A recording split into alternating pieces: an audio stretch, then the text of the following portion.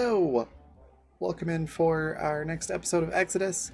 I'm excited to find out what happens tonight. Since we left off last session with a bit of a fight brewing. So yeah, we'll find out what happens tonight. Before we get started though, I want to mention sponsors. Share a few words about that, and then let everybody introduce themselves and their characters, and then we'll pass on over to V.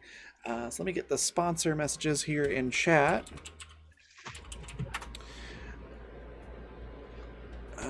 It helps if you type in the command right. There we go. So the first one being Fundamental RPG. It looks like this. It's a simple D20 system. It's really easy to pick up, and you can run anything on it from high fantasy to sci-fi and everything in between. You can pick up your physical copy on Amazon, or if you prefer digital versions, you can get the PDF at ko-fi.com/raven/shop. Like it says at the bottom of the screen, just add /shop to the end if you want to go directly to the store. There's other cool stuff without the /shop part too, but if you add that on the end, it goes straight to the store instead of having to click through to it. Also at that store, you can find Intrepid, which is adventuring gear for real life. It's apparel and drinkware and accessories and things like that with a tabletop theme. So very cool stuff. Go check that out as well. And then finally, Die Hard Dice, which are incredible dice. They sent me this Spellbinder Fey Queen set, which has quickly become my favorite set, and it's what I'll be using tonight for this game.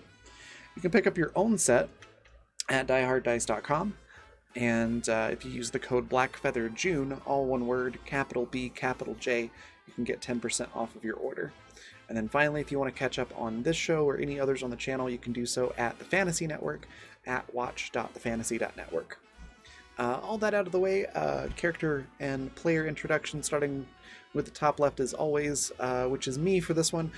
So I'm Raven. I'm the creative director for the Raven Evermore, which is my brand for all the various things that I do, most of which are tabletop related or adjacent.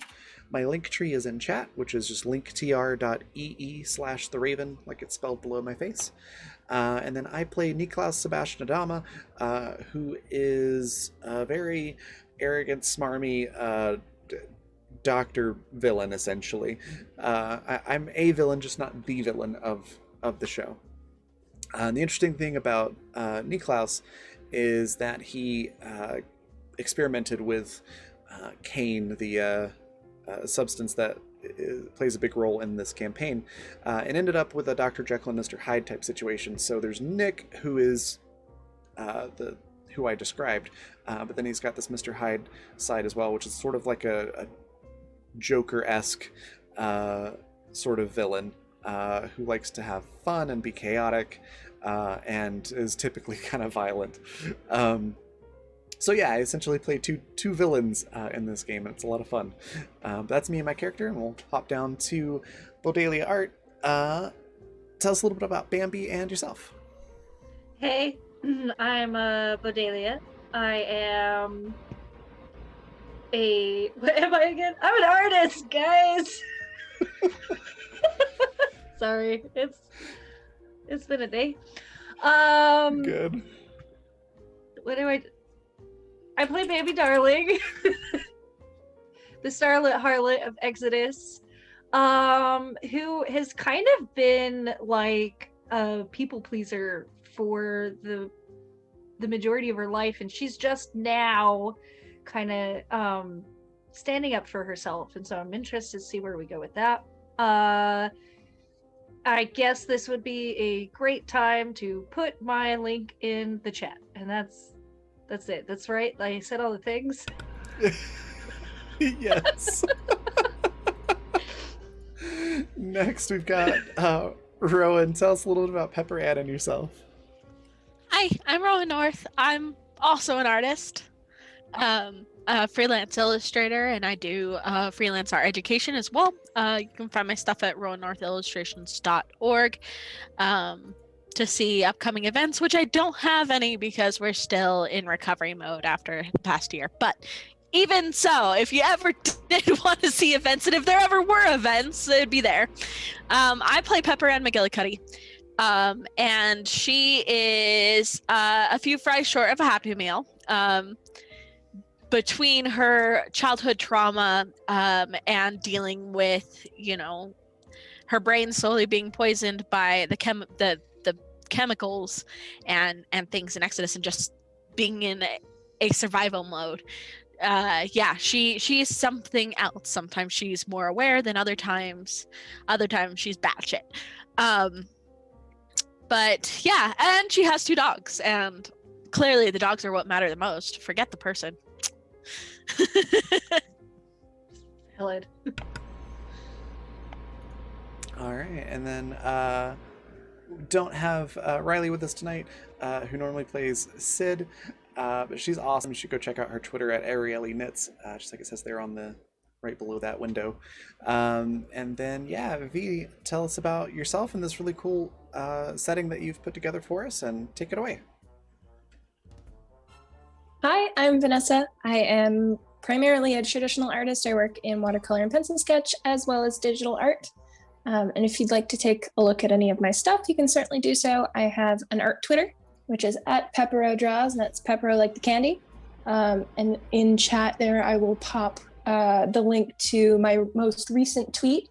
It has a little work in progress photo of Mira. And Mira is actually I would say inspiration, but we just gave her a different name. So it's same character, different name. She was the blueprint, I guess, for Vixen in this game. So I'll pop that into chat there. You can go check that out. Yaz runs, or co-runs, I suppose, a cool project. And I recently got to revive Mira since last using her for that sort of project, and I've been working on her, and it's been super fun because she's a character that I haven't really gotten to do much with in a very, very long time. So I'm super pumped that I get to use her again. And naturally, that means that I have to fixate on her and draw her a whole bunch. So this is the digital version of one of the pieces that I was working on. But yeah, I am the game master for this game. This is Exodus, the Sunken City. It's a game that is loosely based on BioShock, if you've ever played the BioShock franchise. My all-time favorite game. It was the first-person shooter that I ever played. And there's a section at the very beginning of the game where you restart a security bot and it flies around with you. And my favorite memory of getting into this game was that my first time playing it, I restarted the security bot, forgot it was there, and when I turned around, totally scared the absolute bejesus out of myself. And it's been a memory that's stuck with me ever since. So BioShock has been a huge influence, the main influence on this game, and I'm super excited about it. So last we left off, I don't quite remember the exact details of where we left off. I know the general circumstance, so we'll start with that. The group went and met with John Castillo and tried to get a keycard from him that would allow them to progress their journey, essentially. And they ended up lighting his office on fire, which is probably not a great thing to do for a structure under the water. But you did that, so... That sounds like my least favorite thing to do. Okay. Yeah, sure. Well, you did it. So I guess we're at the bottom of the list now. We're just picking things to do. But yeah, that was definitely something that happened. But, John didn't hold any grudges about you setting his building on fire, and actually told you that he would hand over this keycard to you. No questions asked. You could take it and go. But you had to do a little errand for him. And this was an errand that he directed mostly towards Klaus. The lure of violence. And he knew that if he gave that to Klaus, then he'd have more of a chance of getting you to do this quest for him. So he essentially said that if you go to the medical pavilion and seek out Dr. Niklaus Blumenthal, that if you were to kill him and bring him back, or rather bring his head back to John Castillo, then he would hand over the keycard. No questions asked. And of course, the whole group said, maybe that's the safer, easier route. Let's just go kill this guy. cut off his head and bring it back, and then we can get the key card. So that's what we're doing. Last session, we got to the medical pavilion. Dr. Blumenthal had his own little speech, his own little spiel, where he was kind of, showing off how cuckoo he is, and talking about, how he's a gift to the city, and, he's doing God's work here, and that people are, should think highly of him, all that good stuff. So he's kind of lost his marbles a little bit here. Sid decided that she was going to sneak up on him and see what he was doing, which was cutting open a splicer's body with his scalpels, trying to make them beautiful again, and was quickly angering because that was not happening, and was startled by Sydney, who came up behind him. He took Sydney, I believe, as a sort of hostage, as like a meat shield, I guess, to prevent you guys from shooting at him. But what I do not remember is how you managed to get Sid away from him. Do you guys remember? I know that she ended up going around the other side and meeting back up with the group, and Blumenthal ended up over the table, but I don't recall how she was able to do that. I don't remember either. All right, you know what? Not super important. All we need to know is that it happened. She got away. Yeah. And he dove over the table and started using it as a cover, as you guys were kind of starting to launch your assault on him. And that's where we're going to pick up. So you guys are all, if you remember, there's the medical pavilion is set out, his little office space, so that there's kind of like the wall equivalent of an island in the middle, and then there are doors on either side, and you can go in through those doors, and that's where his little medical workstation is. There are also staircases on either side of that continue downward into a larger space, and you can see like cabinets filled with information. Probably they're like the what are they called? Filing cabinets. My goodness. Forgot. Filing cabinets, things like that. There's a desk down there with a chair, all that sort of thing. Some bookshelves filled with books that look like they have medical titles, all that good stuff. So you guys are all huddled on the left-hand side by the left door, I believe is where the group was staying. And Blumenthal is currently down on the other side of that table. So what would you like to do? It's starting to come back to me, actually. There was this whole thing with the dogs. The dogs. It was the dogs bit him and he let Sid go, I believe. Yes. Yeah. Yes.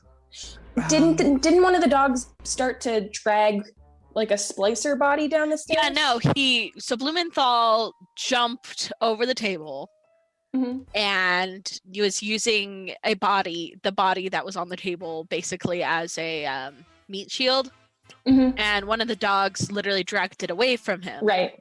Yes. So he couldn't use it as a meat shield. Yes. Yes. Okay. So one of the dogs has pulled that body down a couple of steps on the left-hand side, and he is still currently behind that table. Okay.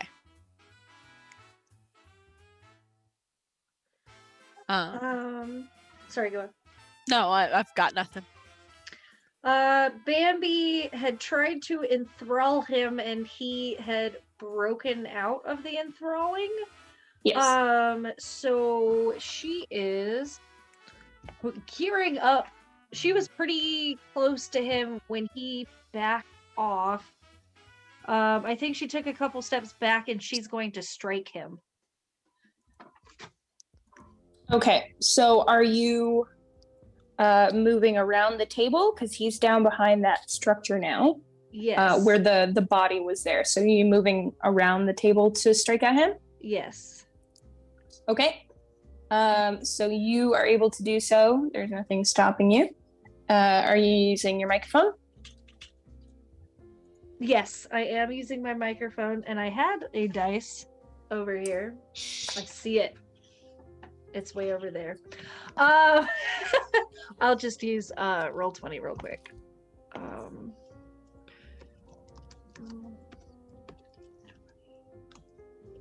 I have to do some math real quick.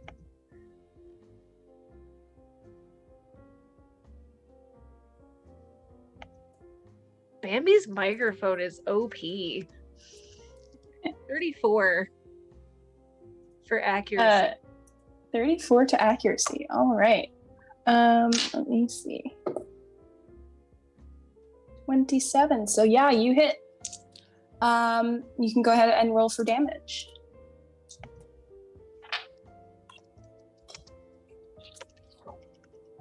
Ten.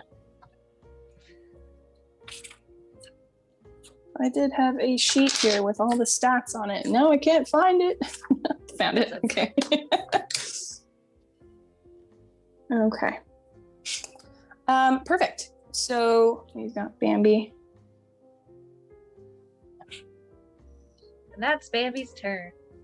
I believe the rest of you were huddled closer to the door. So if you guys want to roll a d20 for turn order, we can do it that way. Sure. How's the laughing gas doing filling up the room, by the way? That is a good question. I forgot about it. I got a 17.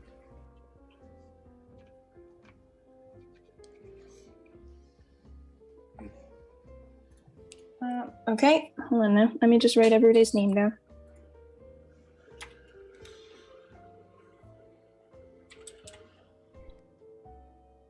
So there was Bambi, Klaus, Pepper, Anastasia, and I believe Vixen went with you, didn't she?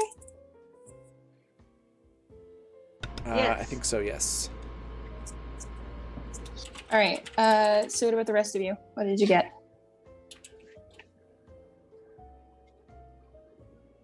What am I rolling? I was zoned out. D20. A d20. A D20 for turn order. 12. Okay. And mine was a 17.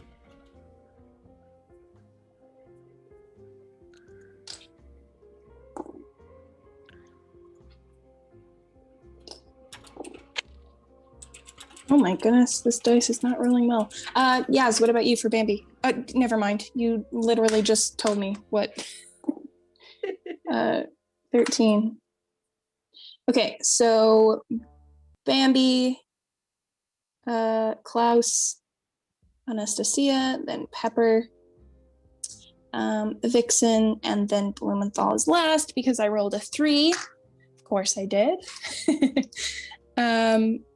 So the gas, that is a good question.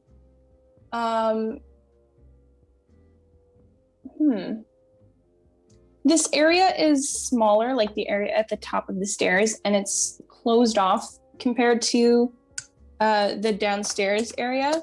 So I would say it fills up relatively fast because you exploded the canister open, didn't you? Yeah, I think I hit did. it with something. Yeah. Yeah. I think Sid's was just opened and rolled in. Mhm. But I think Klaus had to hit it with something for some reason. I can't remember why. Because class is extra, perhaps. That would check out. I mean, fair. It might have been that. I feel like there was like a legit reason why, but I don't remember what it was. Me neither. So I'm not an expert on the physics of gas, filling a room. But we'll say that it doesn't have quite an effect yet. There's no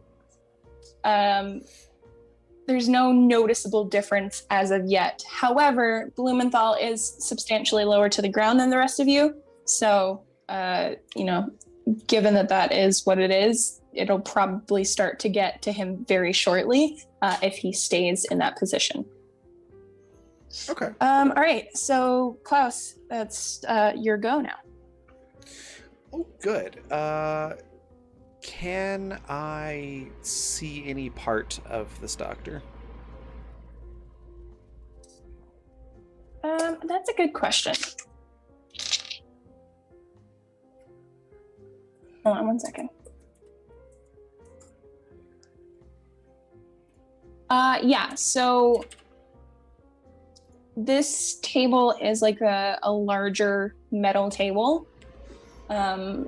It's very thick and sturdy, and it looks like it might be bolted to the ground or something to that effect. It's got a series of like shelving units underneath. So there are little spots here and there where you could just shoot right on through if you had a gun or use your plasmid and try to hit that area. Absolutely, yeah. Okay. Then let's shoot him with the Tommy gun. All right, you can go ahead and roll for accuracy. Alrighty. That is going to be a 21.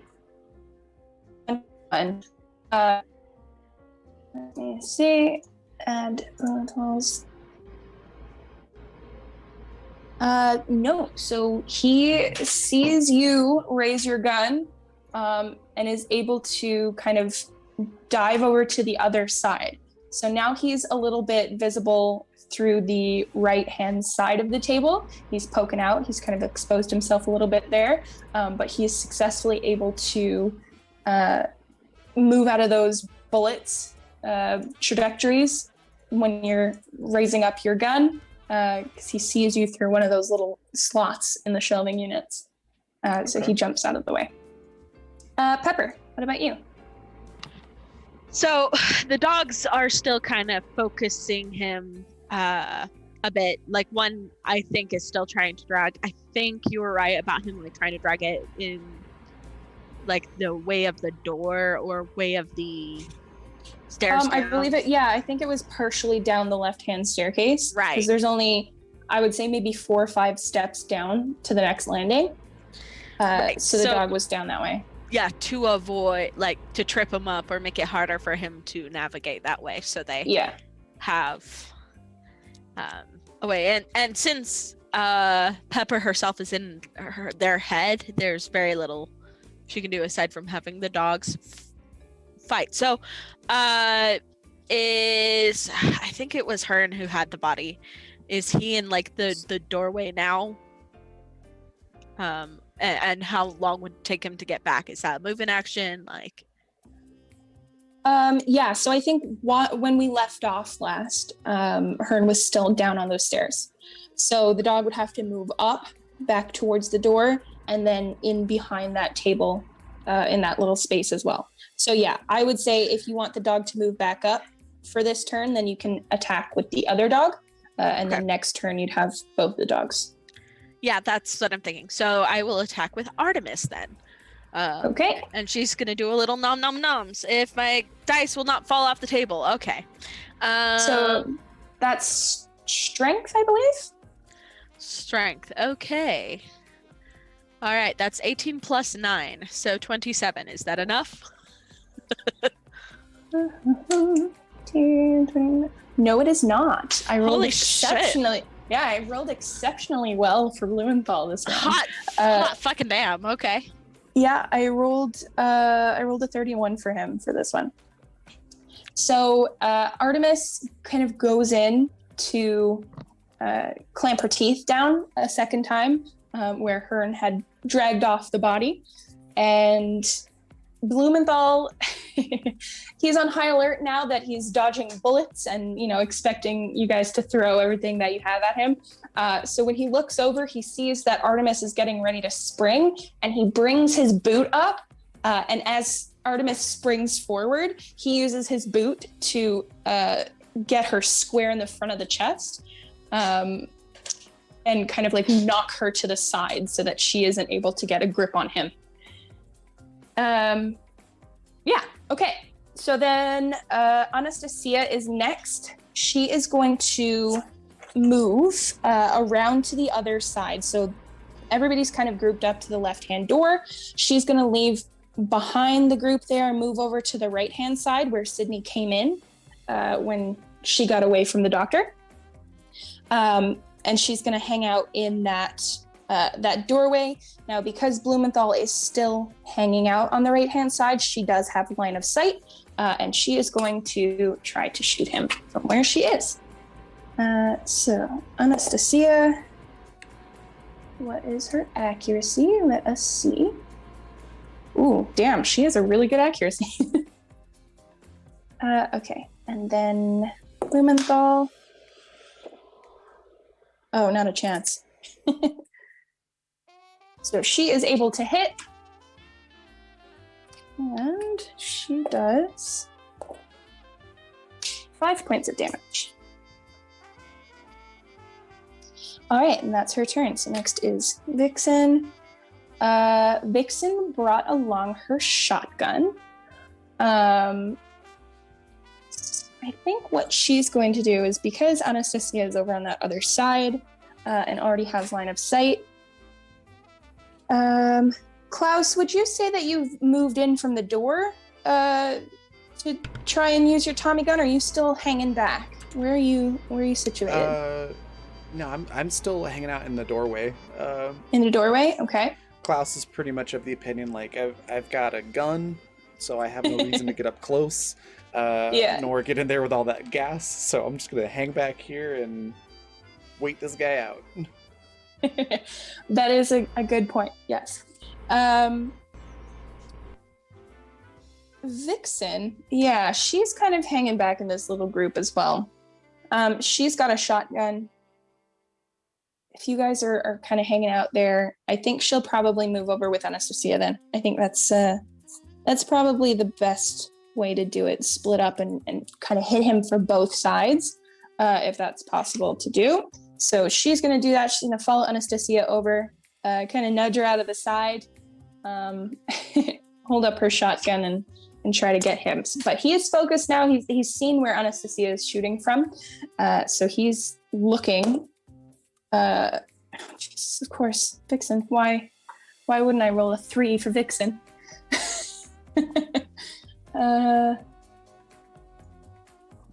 Interesting.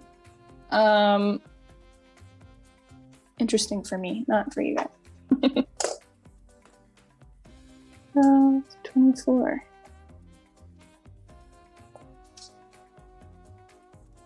Yeah, so Vixen brings up the shotgun to take a shot at Blumenthal, and because he's already kind of looking in that direction, he sees where Anastasia has already taken a shot from. He sees Vixen moving up, and he is focused on her. So when she brings up her shotgun and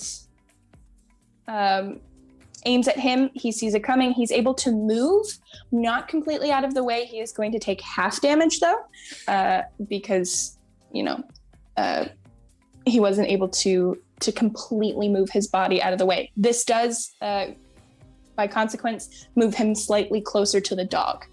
So. And they're gonna eat his butt.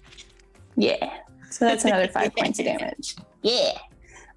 Perfect. So Blumenthal's turn. There's so many people here. So Blumenthal, Rowan, we talked about your dog's HP, right? They have their own HP? Yes, I think it's like half of Pepper's. Okay. Perfect. Oh, Yes. Hold on 1 second. Sorry, my mom's phone's ringing.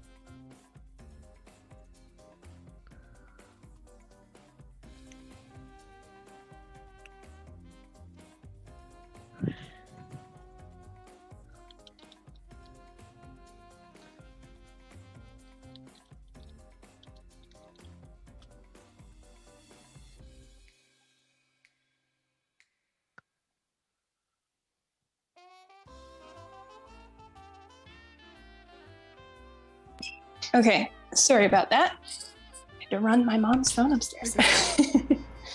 Okay, so Blumenthal, he's slightly closer to the dog now. So what he's gonna do is, he is going to open up one of his the sides of his jacket, his like medical jacket, and he's going to take out a scalpel and he's going to try and stab Artemis with it. No. No redemption. No redemption. No, Well, I he's mean, just we're- going for it. We're trying to cut off this guy's head, so I feel like redemption was Mhm. never an option. Yeah. All right. Listen, at least so- I'd feel a little bad if you didn't try to like wreck the dog. Yeah. So Yeah, now no, we this have guy is. total moral justification for what we're doing. This horrible thing totally. that we're doing. So you want to roll dodge for the dog, please? Dodge, okay. Yes, ma'am. Or more like dog. No. No, Rowan, no. You love me, really? Ow. You know what? A for effort, but A for effort. yeah. Okay. That's 15 and plus 6, so 21. Unfortunately, that is not enough. Damn, You this count- guy's getting these fucking like god tier rolls. No, I literally just rolled a couple lucky dice for him specifically. It's fine. Okay. He was only over you by a couple of points, so you're okay. So yeah, he is now a little bit closer to Artemis after kind of using his boot to push her to the side. He opens that jacket and pulls out a scalpel and turns around and brings his fist down and stabs it into the side of the dog. Ow. So I'm going to roll damage. Oof. That's 8 points of damage. And it seems like she took 2 points of damage before as well. Just in this interaction. So she's at 20. probably would have been last session at the end of the last session. Well, I'm still counting it. I'm not gonna say we don't remember. So yes. All right, so back to the top. It's Bambi's turn now. Sorry, I'm trying to finish my mouthful of food. No worries. No worries at all. Sorry about that. Bambi. We decided that Bambi's ability, once somebody has broken that enthrallment, she can't cast it again on them, right? Right. Bambi's gonna strike again. Sure. So you're still currently at the left side of the table, still within line of sight. So you can go ahead and roll your attack for accuracy. 32. That is a hit. Go ahead and roll for damage. 7. 7. You guys are doing pretty well. All right, Klaus, back to you.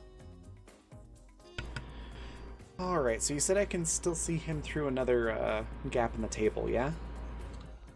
Yes, but he is kind of at the corner now. So instead of seeing him directly through the slats like in a straight line, he's kind of sitting at that corner where all of the metal converges. So it's a little bit harder to see him there. But yes, you can still glimpse him through those little slats.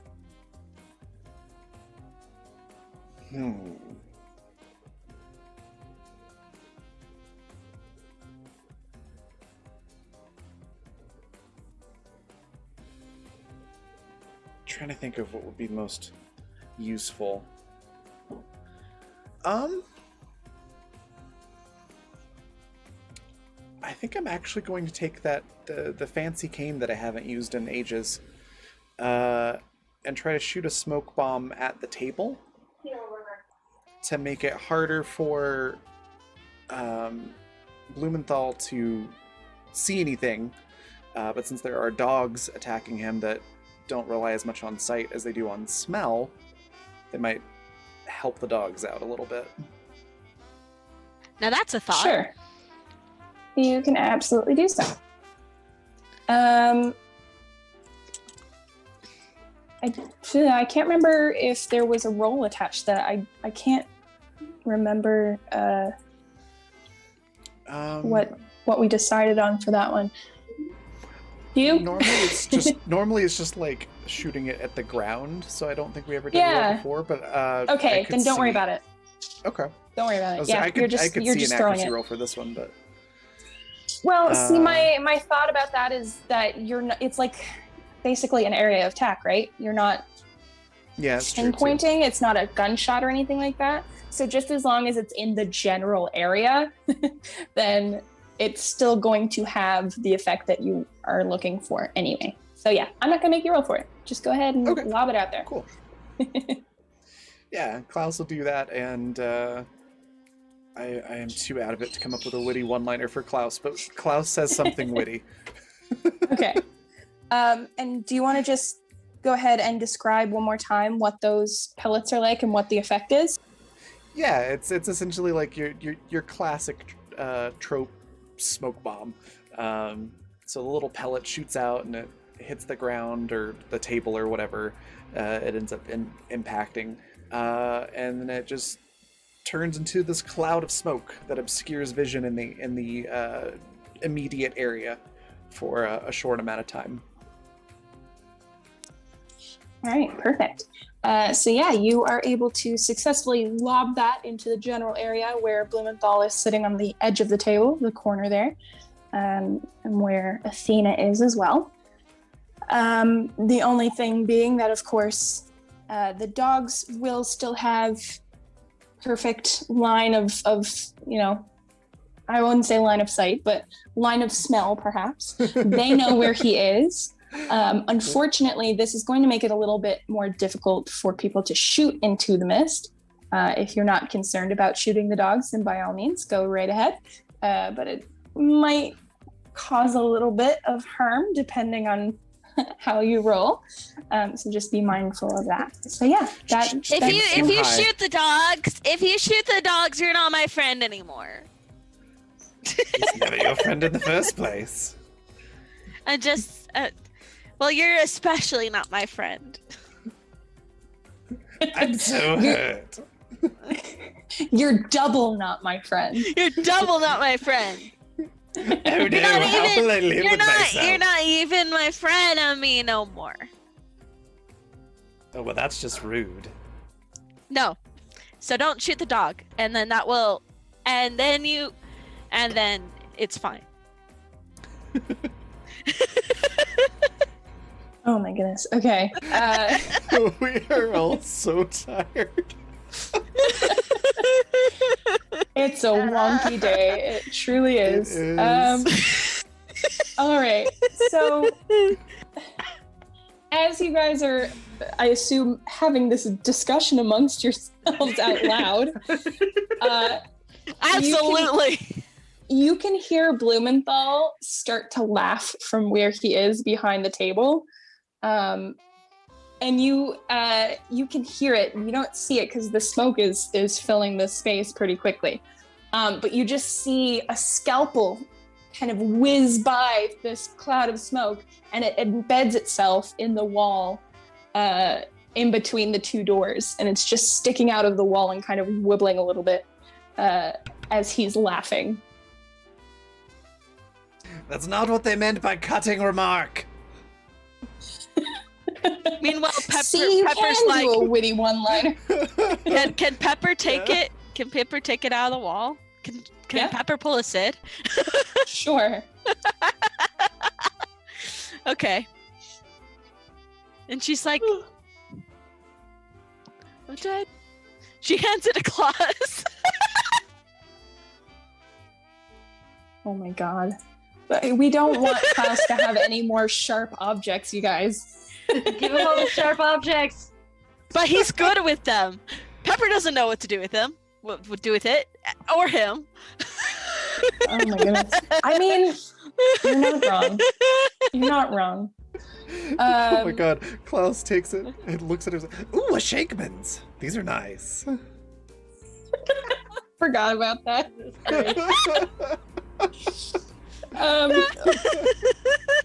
Pepper, it is now your turn.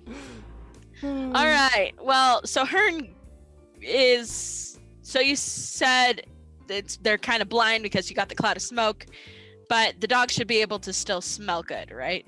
They smell like dogs, so they don't actually smell good, but you know what I mean. They have a good sense of where he is. So Hearn's gonna try to bite him in the ass, while Artemis is gonna back up a little because god damn that hurt. Yes, perfect. So you can go ahead and we're gonna get you to roll.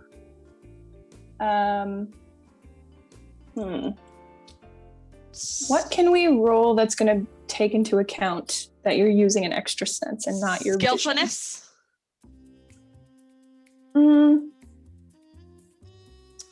No, I'm gonna say accuracy, I think. Fine with me. Sure. Let's do accuracy. You picked one of the ones that I have the highest mod to. Perfect. And I need that high mod because I fucking rolled a 4. All right, so that in total is a 17.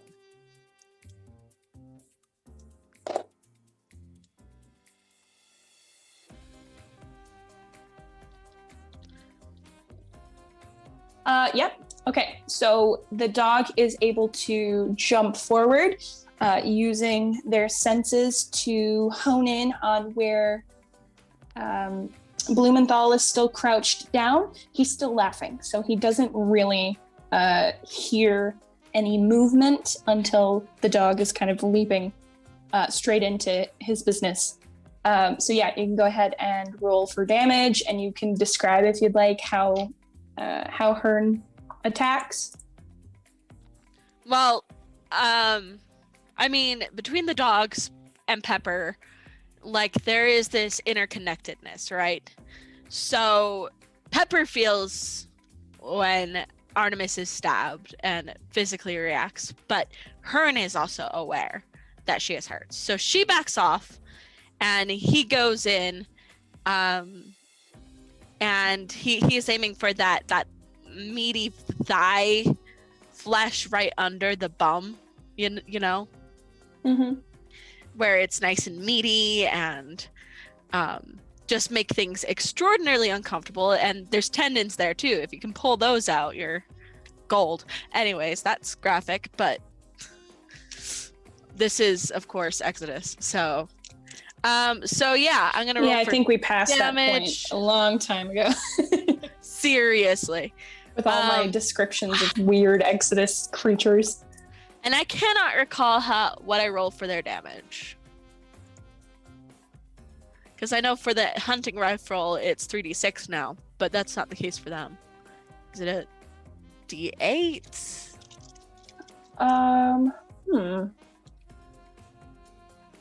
Did we not write it in your character sheet? No. I think we do this every single time, too. Probably. So I'll write it down, I'll write it down now. Yeah, let's say a d8 per dog, I guess. And I can't modify the dogs. Or can I? I mean, we could probably make them like robo dogs to have infinitely more jaw power. And Niklaus is like so down with that, and Pepper's like, no! Okay, so that's 6 points of damage. What is Niklaus down with? Turning him into robo dogs. Oh no, that's not the kind of Dr. Klaus is. To experiment on the dogs to make them stronger. Okay, so that's 6 points of damage, yeah. Perfect. So Anastasia is next. She's still hanging out with Vixen on that right-hand side. The smoke is pretty dense, I would say, at this point. So she can't really see what's happening. And she's aware that the dogs are in there. So, what is she going to do? So we have this weird situation now where not only is visibility low, but this canister, or two canisters rather, of laughing gas are just spraying out into this small area. So if we're walking in there, it's going to be a little bit touchy, I would think. So I think Anastasia looks over to Pepper, and she's going to ask very quickly how the dogs are doing. Like, does Pepper think she has a handle on the situation for now? As best as she can. She clearly reacts violently to Artemis being stabbed, which everyone saw because that was before the smoke bomb went off. But she seems to be okay. She's completely zoned out. She's focusing on the dogs, except for that whole interaction with the scalpel. She's in the zone. Okay. So in that case, Anastasia she's going to make the decision to not shoot into the smoke. And she's also going to place a hand to Vixen to hold off as well, because she has a shotgun. So that could do some some hefty damage to the dog if that were the case, if she were to shoot into it. And then Blumenthal, let's see what he's doing.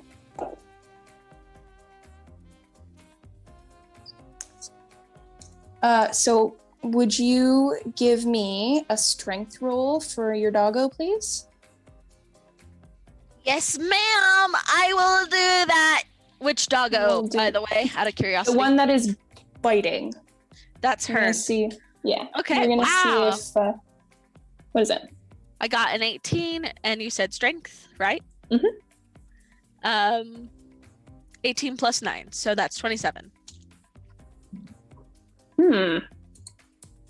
So Blumenthal, unfortunately, is not able to pull completely free of this dog, which means that he is stuck into place. And his only solution is to open up his jacket again and pulled out another scalpel, which he has on the inside of that jacket flap.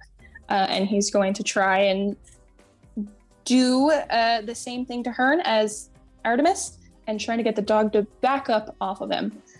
So you can roll dodge, I believe. Okay.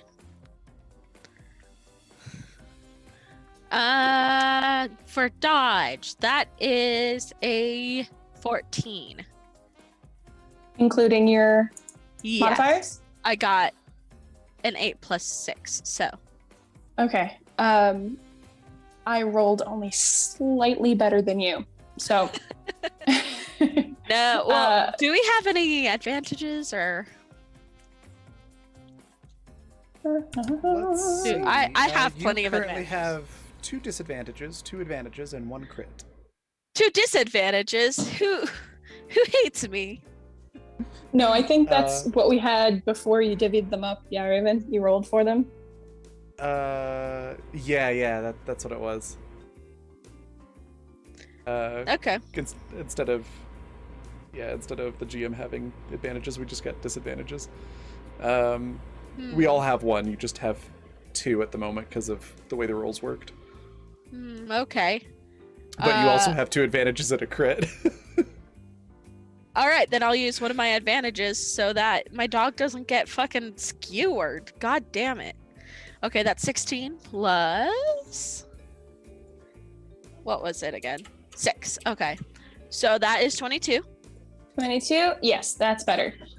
So Blumenthal pulls out this scalpel and goes to jab it into the side of your doggo. And just at that moment, Hearn tightens his jaws again. And the pain that ripples through his leg as the dog clamps down makes him fumble just a little bit, and he drops his scalpel by mistake and is unable to jam it into the side of the pup. So what I so- imagine is like Lilo and Stitch. You remember when Stitch bites down on Schneebly's head? Or whatever his name is. The alien, the one yellow alien, and it goes squish out the sides. Whee! No, I don't remember. It's been a hot minute since I saw any other episodes of Lilo and Stitch, but I'll take your No, word this for was the movie. I Still don't remember. couldn't tell you Oh. when I actually saw that. Yeah, You need to watch no. it again. It's so good. It's so good. I know the I've watched that recently. I know the So- story and stuff, but like, oh my god, I haven't seen that in so long. So Yaz is the only one who knows what I'm talking about. Yeah, I know exactly what you're talking about.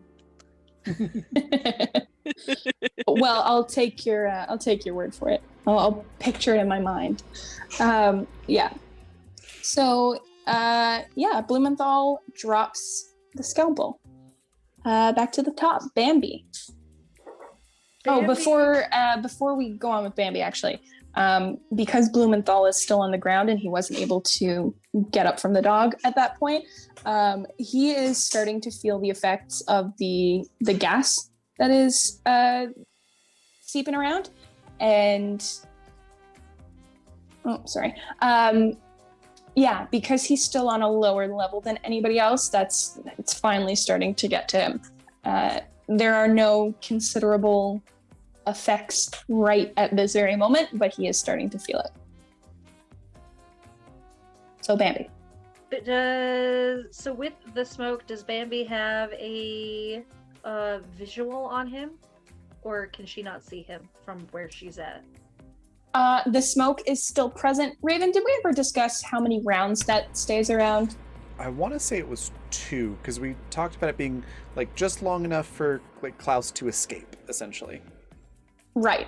Okay, that sounds good to me. So this is the second round now, in that case, right? Yes. Yes.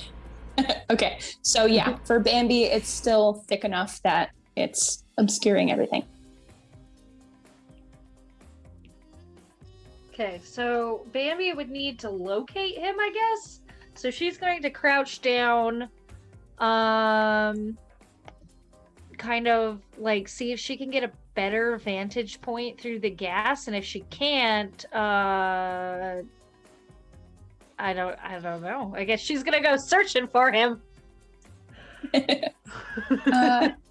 Yeah, for sure. Give me an awareness is what I was going to say. An awareness roll. Okay. Tried to mush the two words together. I've been doing that all day. Oh my I feel goodness. you.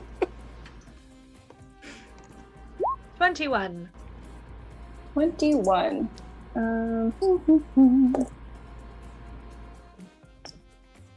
You think that you are able to see the vague shape of where Blumenthal has tucked himself. Okay, Bambi wants to hit it with her microphone. All right. Go ahead and roll accuracy for me, please. Now are you moving further in? Yes, Okay. 32 for accuracy. Gentle Christ. I got an 18 bonus on it, so Oh my goodness. yeah, I told you that microphone is bitchin'. All right. I only rolled a 29. So, yes, you can roll for damage. And you can describe how it happens if you'd like. Give a little flourish.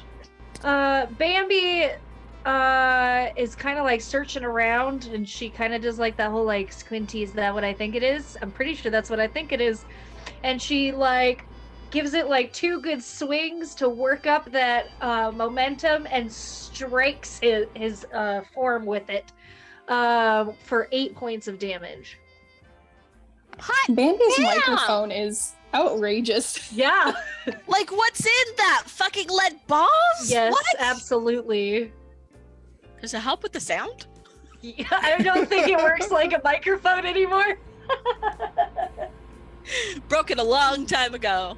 Yeah. Although Filled it with apparently rocks. with the sturdiness of this thing, I wouldn't be surprised if it still worked. Yeah, it is like that 1960s equipment though, so you know, it could do it. That stuff like is resilient. when everything has settled back down, Bambi will have to plug it back in and see. Check it out. Yeah. It's got like some extra blood in it that's just like dried and caked to things, but for the most part, all the circuits work. If anybody asks about it, she just describes it as being decoration. Yeah. A little bit of red accent, perhaps. It's part of her brand. Didn't you know? You know, wearing that serial killer burlesque look. Yes, absolutely. You know, a Says little bit Bambi. of blood on the lips. And oh, woe is me while there's a knife in my pocket. I quite literally have a picture that is that brand, like that I've drawn for Bambi. That's fucking amazing. Beautiful. All right. Yeah. So you wind up and you let this microphone go, and you hear a grunt as it makes contact with a form, and you feel that impact. The microphone stops propelling itself forward. The cord kind of goes slack for a second as it falls to the ground. You're able to wind that back up, take it back. You hear Blumenthal perhaps saying a few words that are not entirely polite in the company of ladies. In this time when apparently ladies couldn't hear certain words, I guess. Too delicate.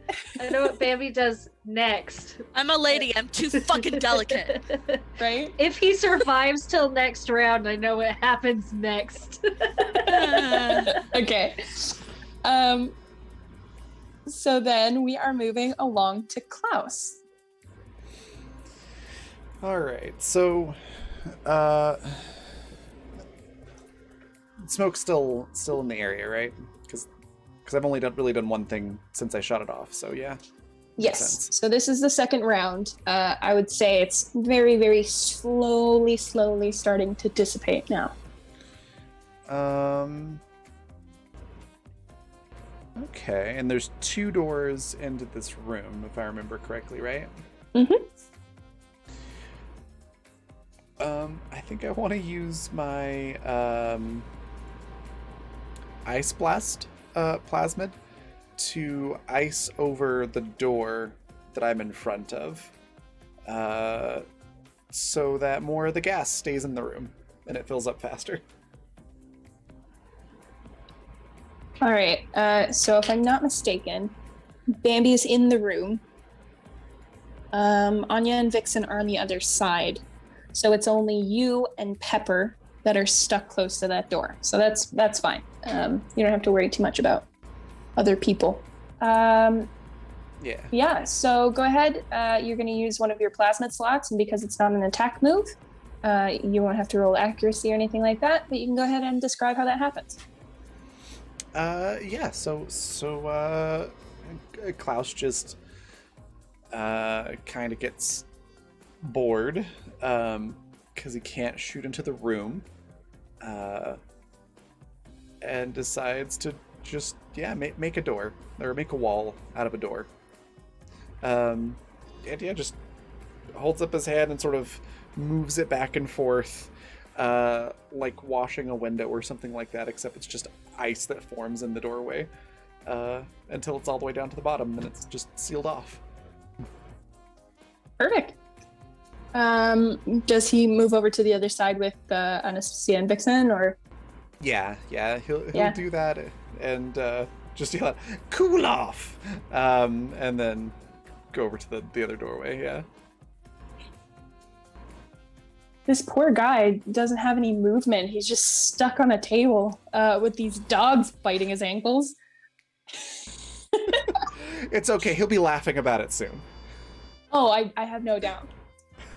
In fact, he's kind of gone back to his laughing, where he was kind of chuckling before, and then he stopped laughing and started cursing, because as you do when a dog's jaws are fixed right around your leg, sounds like it might hurt a little bit, so he briefly stops laughing, but now that the situation is dragging itself out, he's returned to his laughing. Pepper, you are next. All right. So now that there's smoke and Artemis has kind of gathered herself, they're both gonna go in. I'm more like Hearn's gonna try to bite harder because he's like pretty clamped on. I don't think that the Greyhound family or Russian hunting dogs have that like locking jaw. I think that's more of the war dogs like bloodhounds and pugs, believe it or not. But yeah, their claws lock up, and that was part of the thing is release the hounds and they wouldn't be able to move the jaw from their leg. That was what they were bred for. My goodness. Crazy, right? But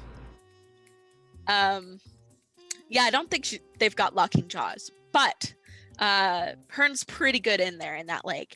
But it's time for Artemis to go for the other leg, and because even if it's all smoky in the room, Pepper knows exactly where Hearn is. Like she can direct Artemis to the other leg without a problem, I think. Yeah, sounds good.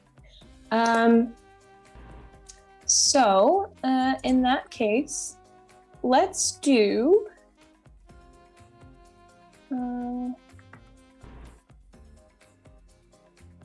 What did we do for the first one? Was it accuracy opposed to dodge? I think it was accuracy, yes. Okay. We're gonna do accuracy opposed to dodge for Artemis, and we're going to do opposing strength for Hearn. Okay, so accuracy and dodge first. Yours is accuracy. Okay, accuracy. Hot damn. Okay. That. Are you ready for this? 31. I didn't even get a 20. That's. I also got a 31. What? Yeah. So another amateur moment here. I'm gonna reference the the GM of the group, Raven. What do you typically do when two rolls are the same? So for fundamental, the rule is you just re-roll both. It essentially just can't be a tie, essentially. Okay. Other systems do like the attacker wins or the defender wins. So there's three different options. Yeah. All right, let's just re-roll then. I think that's probably just the easiest. Oh, that works. All right, I got this time a 27. I thought you were gonna say 28 because that's what I rolled. Oh no! What is Yeah. this? I know. I never roll well with these dice. I have like a sparkly, they're like a greenish blue set, specifically for Exodus. I was like, that looks like ocean water to me, so I'm gonna buy those. And they never roll well. Never. I always get Except shitty for rolls. today. It likes Blumenthal for Except- some reason. Apparently so. You guys are knocking his hit points out too fast. My dice are like, please let us have one turn. So yeah, Artemis jumps forward under the guidance of Pepper, because she can kind of tell where Hearn is situated right now. So yeah, Artemis jumps forward, and as Blumenthal is kind of focused on the leg that Hearn is biting on, he sees just a split second, and I mean like a hair split second, before Artemis is able to jump forward and latch on similarly. He brings the foot up again, and it's not as well connected as the first time when he pushed her away. It's just kind of he gleans off of her, but is able to push her back enough that she cannot jump and chomp her claws, or her jaws closed over him again. Okay. So just essentially just bumps her back a little bit. right. So yeah, I'll get you And to Hearn? roll strength for Hearn. Okay. Oh my god, this is ridiculous. Blumenthal did really you- wants to live. What did you get this time? That's a 30. What the fuck, Vanessa? I literally rolled a 19, a 16, and then an 18. I'm sorry. This is a 28. Because I rolled a 19 and I've got 9 for strength. You rolled a 19, you said? I rolled a 19. I got 28. Oh my goodness. God damn. Yeah, like I said, these dice never ever give me a good outcome, so I'm very surprised that this is what's happening. Hearn kind of chomps down a little harder, and Blumenthal is able to kind of use the heel of his palm and lever the dog's jaw a little bit and pull it from the other side. And he rips his leg out from between the dog's teeth and is able to kind of scuttle himself back a little bit, put a little bit of distance. So now he's really hanging over that table edge right there. He's kind of out in the open.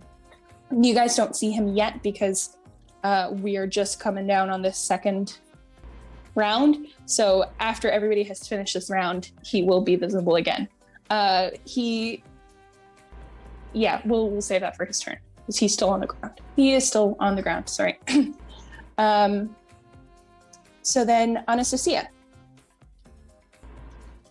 She's really itching to use her pistol, I think. She doesn't want to be here.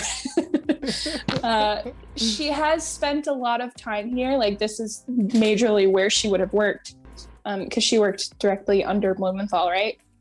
So being here is not only like nostalgia for her, but the thought of having to kill her boss, like this man that she worked with for so many years, is a little bit painful. I mean, he tried to hurt the dog, so he kind of deserved it, but still, he wasn't always like this. He used to be a very kind person, believe it or not. So she's still a little hesitant to shoot into the mist. So she's gonna hold her fire for a moment. Vixen, on the other hand, knows that Blumenthal was hanging out on that corner of the table. And I assume, it's pretty easy to hear the dogs growling and trying to chomp.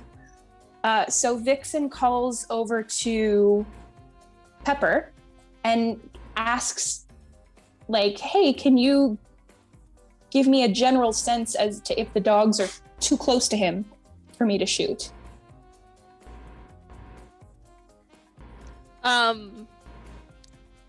So Pepper says, well, the dogs are kind of behind him now, so if you shoot from the front, but you can't see the front because of the smoke, huh? I would say that Vixen is less inclined to hold her fire than Anastasia is. She's going to shoot directly in the same spot, or where she assumes is the same spot, as she shot before there was smoke. She doesn't know this, but yes, Blumenthal is currently peeking out that side. It's where he scooted back. So if she rolls well enough, she will hit. But because she's going in blind, she will be at a little bit of a disadvantage. So let's see. That's fine. They were the same roll. Let me see her character sheet. Damn. So Vixen is really well practiced with her guns. Mm-hmm. And Blumenthal rolled a nat 1 on his dodge. So For once. for once, yeah. Vixen, I couldn't remember her name for a second there. My brain is absolutely To be fair, shot today. Blumenthal also wouldn't know where the shot's coming from, so. That is true. Yeah, absolutely. Vixen is able to line up her sights exactly where she shot previously. She's shooting in the exact same direction where she believes is the corner of that table. And with Pepper's word that the dogs are kind of moved back a little bit, she takes that chance on the offhand chance that she might accidentally cause a boo-boo, but she's, going to take that. So she angles her gun and she shoots into the fog that is slowly starting to dissipate. Blumenthal is more concerned with the dogs that he's trying to push away, that he doesn't think to check his cover behind him. And of course, he is no longer behind cover. So he doesn't see that coming. Trying to think if there's anything extra crunchy that I could do to him for rolling a nat 1. We'll say that the way he's angled as he kind of scoots back out of the way of the dogs opens up I'm trying to think, what angle would you hit the most if someone were to shoot you from that angle? Kind of sideways, I guess, because if the bullet goes in your side, then it has more potential to shred through everything as it comes out, right? I would assume so. Yeah. All right, let's say that then, and perhaps Vixen will get an extra oomph for doing this. So yeah, he turns to his side then, and opens that possibility up to us. So Vixen, she has. Okay.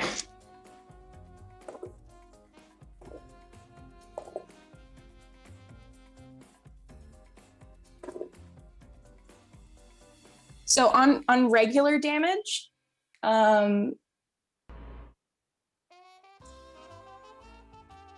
regular damage, she would have done 12 points of damage. We gave her a little bit of extra oomph. She did 17 points of damage. With that one shotgun blast. Boy, despite his rolls, this guy is taking a beating lying down, which he is now doing. He's lying face down on the ground and pulling in just these great lungfuls of gas that has spread across the floor and started to fill up this room. So now he's really starting to feel it, and it's affecting him the way it was intended. And you can still kind of hear him chuckling at the situation generally, but it's starting to sound a little wet as he breathes through it. You can kind of hear a gargle to it as he pulls air in through his lungs. Then back to the top with Bambi. That's why you don't swallow your mouthwash. Bambi's going to approach and she's going to coup de grace curb stomp him with her high heels. She probably can't break through his skull, but she can break through his neck. She's a teeny girl. Literally going for the jugular. What the hell is happening, you guys? Bambi never fails to scare the absolute shit out of me. Right. Like, high heel through the eyeball, curb stomping. Like, what is happening? Bambi's brutal. A little bit. She's so cute, though. Like I said, the burlesque serial killer. Exactly. 100% her vibe. Just this like this flirty, cute, does this bending over dance move, and knives and poison fall onto the ground, and she's like, "Oops, My bad." The bend and snap where she's reaching down to get something, but then everything else falls out. It's just like a pile of knives. What do you have? A knife? No. It's like, where do you even fit all that? And she goes, A woman never shares her secrets. especially not her Victoria's Secrets. Oh my god. It's got pockets. What even Oh, is happening? I don't know. I don't know. You guys got so off track that I lost my train of thought. Baby's going for the jugular. Right. So Blumenthal is currently on the ground. He has been knocked prone, so he can't really do a whole lot. He can try and kind of counter, I guess, the trajectory of your foot by maybe rolling out of the way or using his arm to knock your foot away. Maybe he'll get a high heel through the forearm instead of through the neck. Okay. So you can go ahead and roll. Strength. Let's do strength. That is my weakest roll. God damn it. I mean, you could try to argue for a different stat. I don't know what other stat I you don't would know what argue other for. stat I would argue for either. I got a 20, 20. Okay, so a natural 20.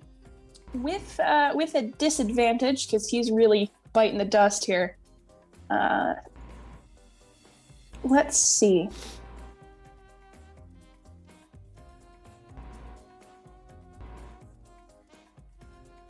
If he's lying slumped over, let's say he fell forward. So if he is lying face down on the ground, he's not going to be able to raise his arms or anything like that. His best option is probably to be rolling out of the way. So let's see.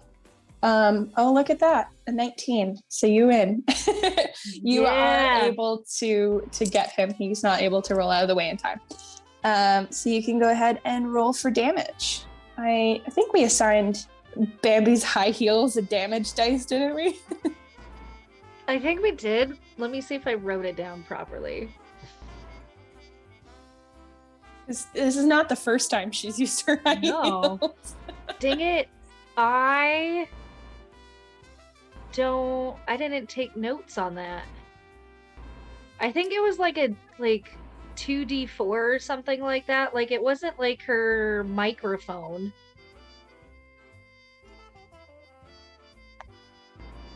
Yeah, that sounds about right to me. Okay. Yeah, let's go with that then. Honestly, guys, you could have been like, well, I recall that was 2d10, and I would have been like, I guess. I'm not gonna be that jerk. I know you're not that kind of jerk, but I'm just saying that if you had said that, I would have been like, sure. 4. I think I that rolled does a 4. 5d20 damage. Yeah, actually, that does sound about right. Considering Bambi is the Hulk. Okay, 4 points. All right, he's not dead yet. So, go ahead and describe that for us. Yes. What's Bambi doing? How is she angling her feet? He's still near the table, right? Or has he? Yeah. So Yeah, she so he's uses, slumped forward. She uses the table as like balance and leverage, and she just like, hiya! like right up underneath, like through his neck, kind of like back in the area, that whole thing. Just bangarang. Yes. Fuck you up pumps is what that would be. Yes. I love that. So yeah, on a 4 damage, I don't think you get the high heel like all the way through his neck or anything like that. Yeah. I would say like as you're bringing your foot down and as you're angling your heel, it kind of glances off the side of his neck just slightly, so you don't get him like full in the neck. It's kind of like the side, and you're able to still dig in a little bit, but it's not like shot through the neck or anything like that. So yeah, you do 4 points of damage. Yay! My goodness. I think that brings us a full 2 rounds. So you guys are able to see this as Bambi is trying to curb stomp the gentleman. The smoke is dissipating and you can see it kind of like rolling down the stairs on either side. So it's flowering out into this bigger area and disappearing as it goes because it's a much larger area, not so heavily confined as this little space at the top. So you can see now that Blumenthal is lying on the ground, face down. He's bleeding profusely from these dog bites, and now from the side of his neck, where Bambi has attempted to curb stomp him into oblivion. And Bambi, if you try to pull your heel out a little bit, and you find that the stiletto is kind of stuck in the skin of his neck a little bit, so you have to use a little bit of force to lift it out of his skin. Cool. And it makes him gurgle out a little laugh as you do it. And he turns his face to you a little bit. And you can see that his eyes are rather bloodshot. There must have been like a bursted blood vessel or something like that in his eye. So when he turns to you, you can see the color of his iris, but also the red around it. Mhm. And he spits blood onto the floor and gives you a smile and starts laughing. And you can see that the blood is like in his teeth and it's coloring the inside of his mouth, but he just starts to laugh. I want to crush his skull, but I am a small, tiny lady. Nope, you are no Lady Dimitrescu. No. Unfortunately. Yeah, because if you were Lady Dimitrescu, then you could just squash his head between your thighs, in all honesty. Goals, honestly. That is a big ass lady. Yes. So then back to Klaus. Dainty Klaus, throat crusher. Dainty throat crusher, yeah. pretty much. Klaus, you're seeing Bambi now do this. You see her bring her heel down and have trouble removing it from his skin. Mhm. What do you do? So did I understand right that he stood up and looked, or just that he's looking from the floor? He's looking from the floor. Okay. Okay. I think I skipped his last turn, to be honest with you. I think we went straight from Vixen to Bambi. Oops. Yeah, that's fine. Keep going. I'm just gonna shoot him on the floor. Okay. Yeah. Let's just shoot him. I would just That's like to misery. take a moment. Yeah, I'd just like to take a moment to appreciate the fact that, take Animus, for example. We have these dynamic fights. We always find a way out of things. Anytime I introduce a villain or somebody to be battled with, they always just end up on the ground. You guys always just like powerhouse them straight 6 feet under the fucking dirt. Like it's. You know what the key difference is? The Animus crew goes really hard out of their way to not kill anyone. This group's just like, oh no, we'll totally kill anybody. Are they in our way? Did they look at us funny?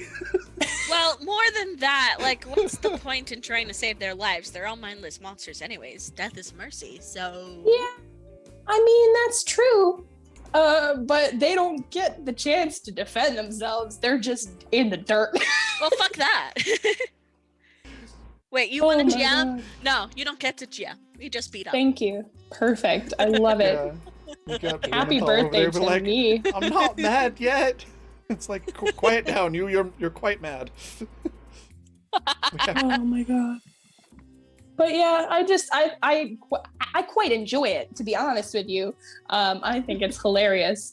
But yeah, we'll just take a moment to appreciate the fact that every villain character, every bad guy that I've had you guys fight just ends up face down in the fucking dirt. We're just practicing for Penelope. There you go. Oh, Um, goodness. So Yeah, for Klaus, real. okay, you're gonna shoot 20. him on the ground. 29. I'm gonna shoot the man while he's down. Yeah, no, he can't do anything about it. Imagine Go ahead. moving around is a bit hard with a heel in your throat. Yeah, maybe a little bit. 5d4. Alright. So that is 3 plus 6, so 9 damage. Okay. Oh wait, He no. is- One more. One more. Oh no. It's 5d4. 9, 10, 13 damage. Who let him the damage? Use your words, Rowan. What? No, What? fuck off. who let him the damage? I mean, I've been saying things weird all day too, but I seriously do not understand what you said. What did you say? Who let him the damage? Who let him with the damage?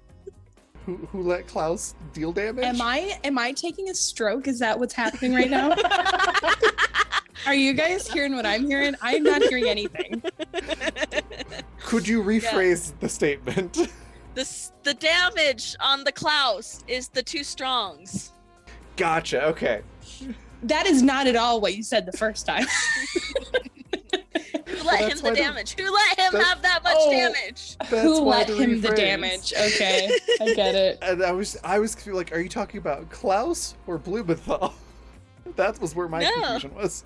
No, it's Klaus. Who let him have those many dice? Oh, I've upgraded the Tommy gun a Yeah, lot. a lot. Who let him the Tommy gun? V did. Yeah, you know what? Maybe that was a mistake. I It's feel You fine. gave like in to next peer pressure. time. You gave in to peer pressure. Raven was like, I want a Tommy gun. I want a Tommy gun. I don't want a Tommy gun. So, Give him a Tommy gun and go, yay! I'm now going to murder everything in my path with Living. these dice.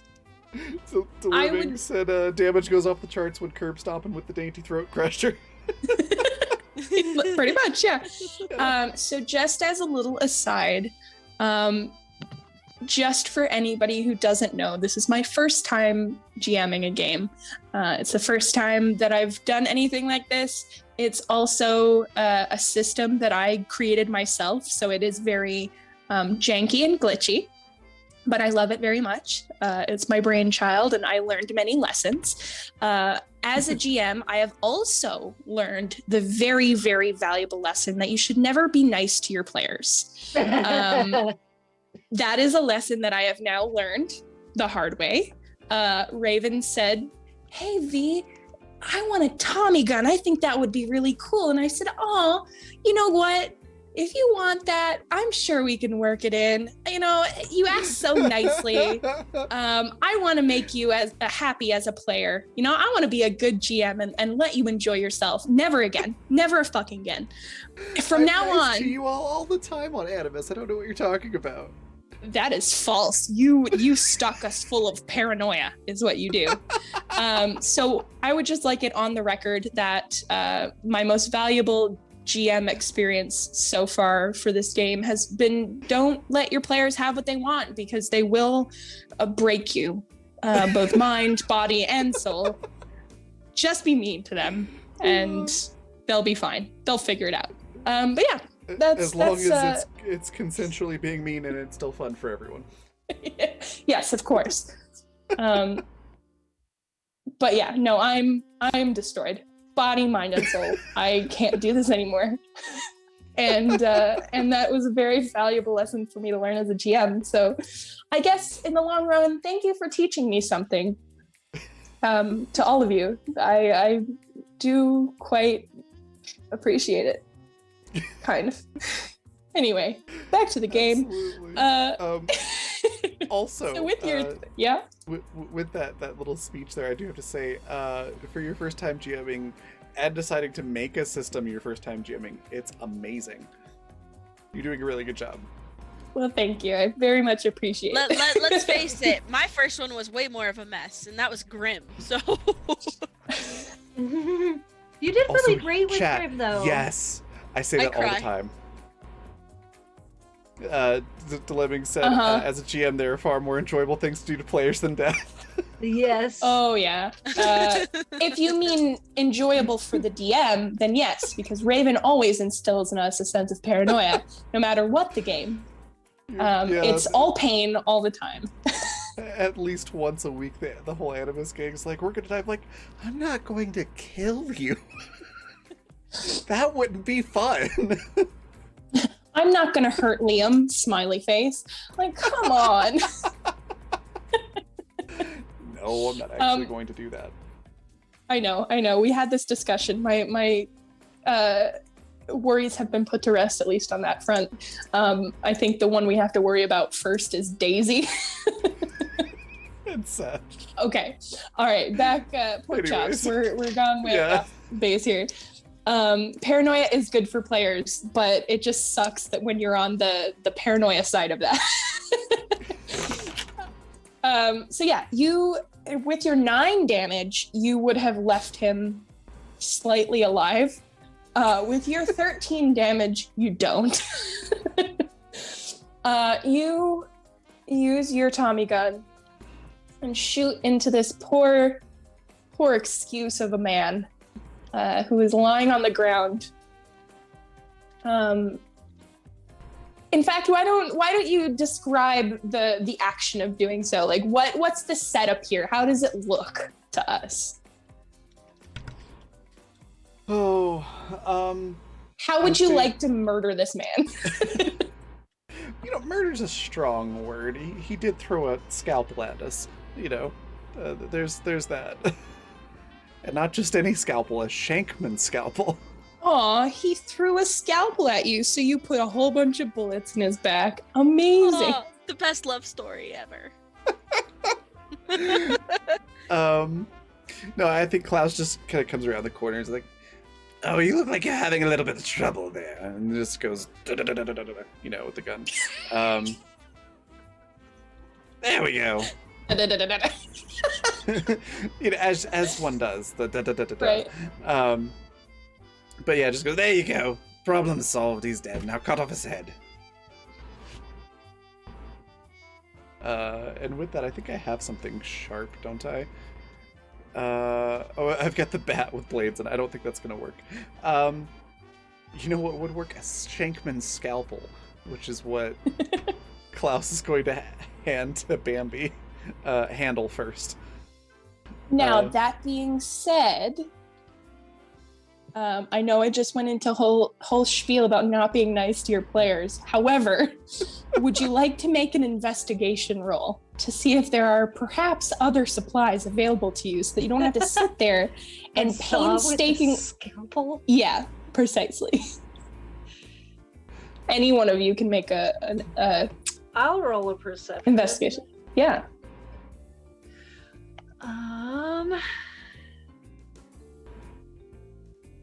Okay. 14, because I'm terrible at this. 14.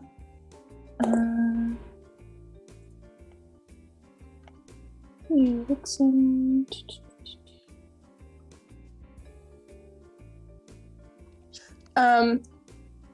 14. Anya got a 26, so that's probably well enough.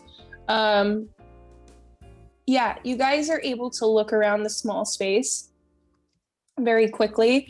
You can go down on the bottom landing and take a look through the things there. You quite easily find a bone saw. Oh, good. Bambi she's like, well, thanks, darling, but I think I can find something a little bit better. And she struts off, trying to shake the gore off of her foot as she does, finds this bone saw and comes back. And only in that very special way that Bambi is capable of doing, very undelicately, but kind of in a classy manner, starts sawing his head off of his shoulders. Yeah, so you are able to do so. Just roll strength for me really quick. We'll see how long it takes you to do it. Okay. Also, not to be too descriptive, but are you just using the bone saw to do this? I mean, to get through the flesh, she'd probably find something else because the bone saw would be like just very teary.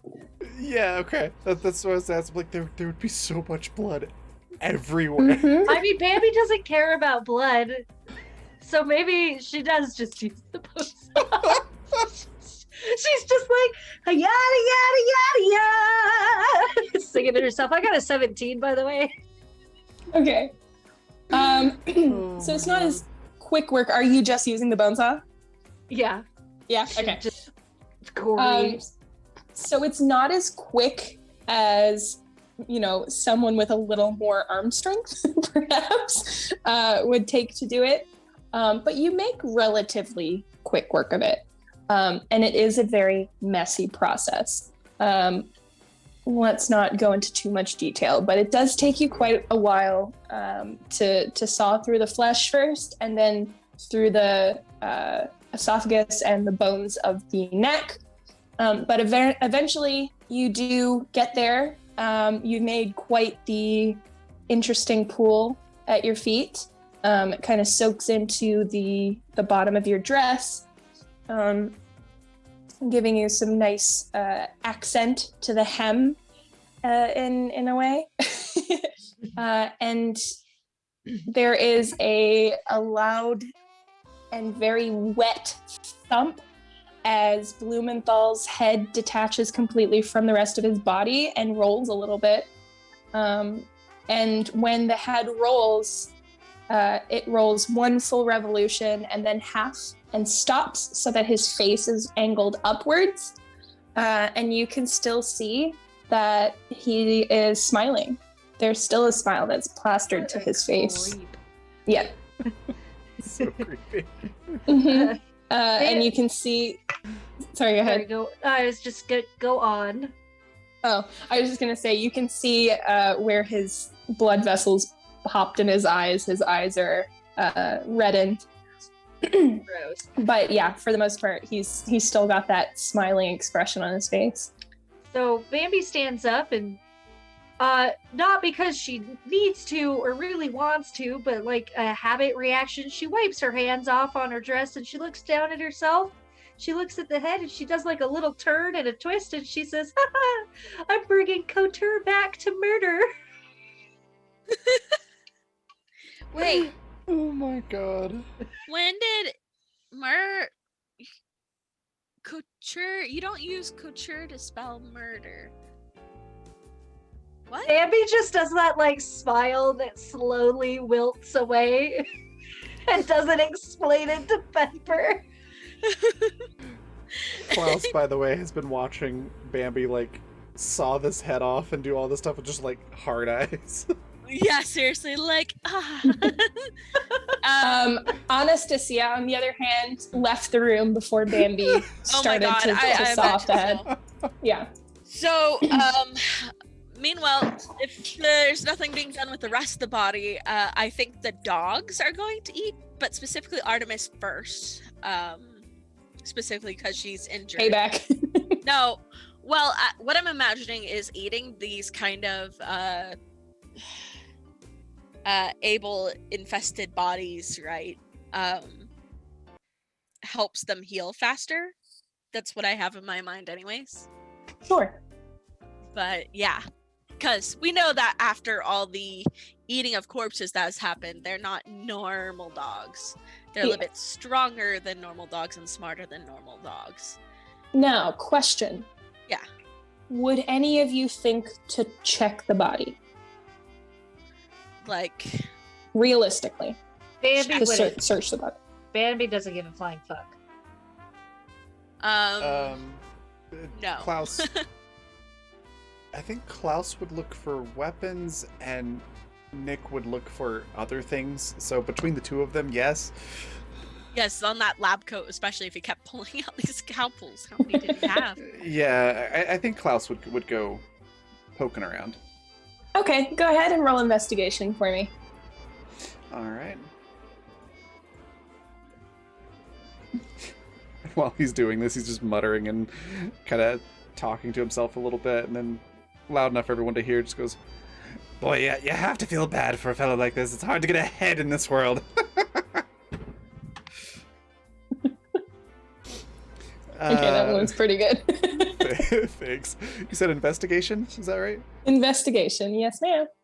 Okay, 26. 26, perfect. Plenty. So you make your way over to this body before the dogs get a hold of it. And the first thing you do is kind of fold open the flaps of the jacket, and you're able to see that there are little hitches on the inside where he is able to slot tools into. And if you give them a count, you are able to see that he had 17 other scalpels in there that he had intended to use to throw at you, but didn't get a chance because you put him face down and then shot him in the back until he died. So he was not able to do that. But yeah, he had 17 other scalpels slotted into these little hitches on both sides of his jacket, his medical jacket. As you continue, go ahead. How much damage would those do when thrown at somebody? Just curious. I think I was only going to do like 1d4. Okay. Yeah. Not Are you me taking putting this- 17? Yes, I am. Are you taking 17 scalpels, Raven? Yep. Gentle. All right, you take the Hey, they're 17 Shankmans, scalpels. you know? You They can't are. just let quality like that just go to waste. Absolutely not. You're very correct. You take the 17 scalpels and put them in your pockets. Careful not to stab yourself.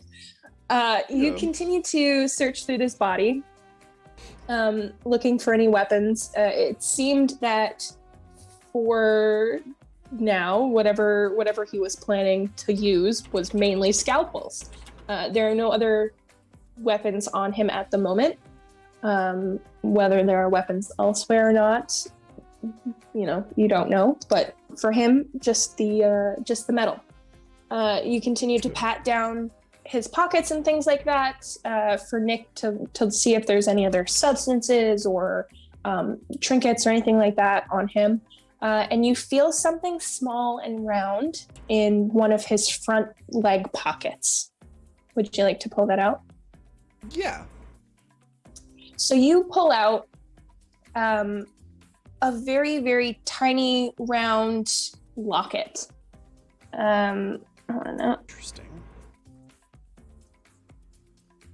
So yes, you pull this locket out of his front pocket, and it's like an oval shape, like a round kind of, what's the word for it? I don't know. Anyway, it's like an oblong oval kind of thing.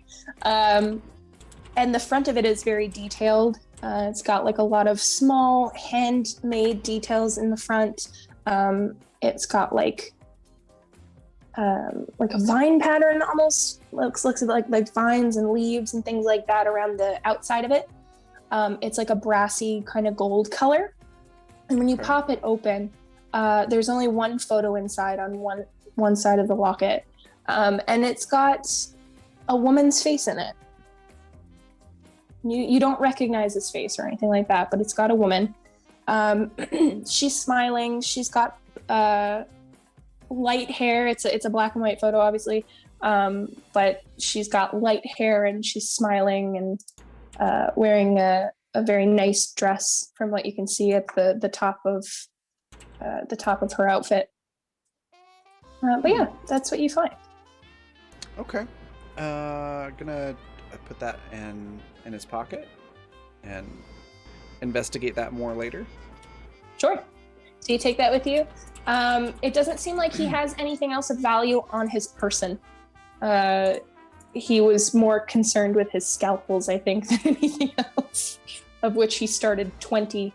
The round he had 20 scalpels in total and only got to use 3 of them. Oh, that's amazing. Okay. All right, so do you guys find something to put this head in, or are you just carrying it under your arm like a ball? I mean, Bambi's totally okay, just like wrapping her hand up in its hair and dragging it along with her, so. Ew.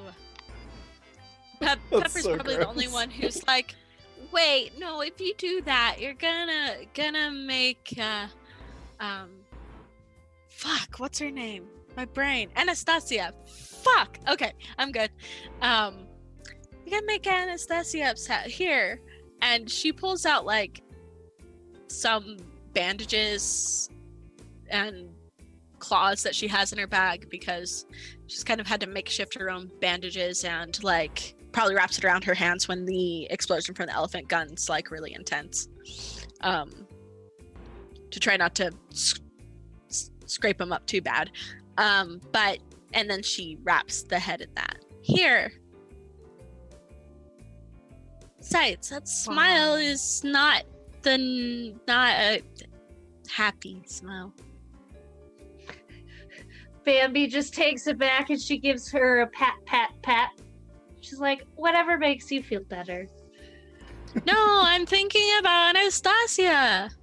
Oh, that's fair. You're very compassionate, Pepper. But also, his smile's creepy. Almost as creepy as Klaus, but a little more creepy. That takes some work, but I think you're right.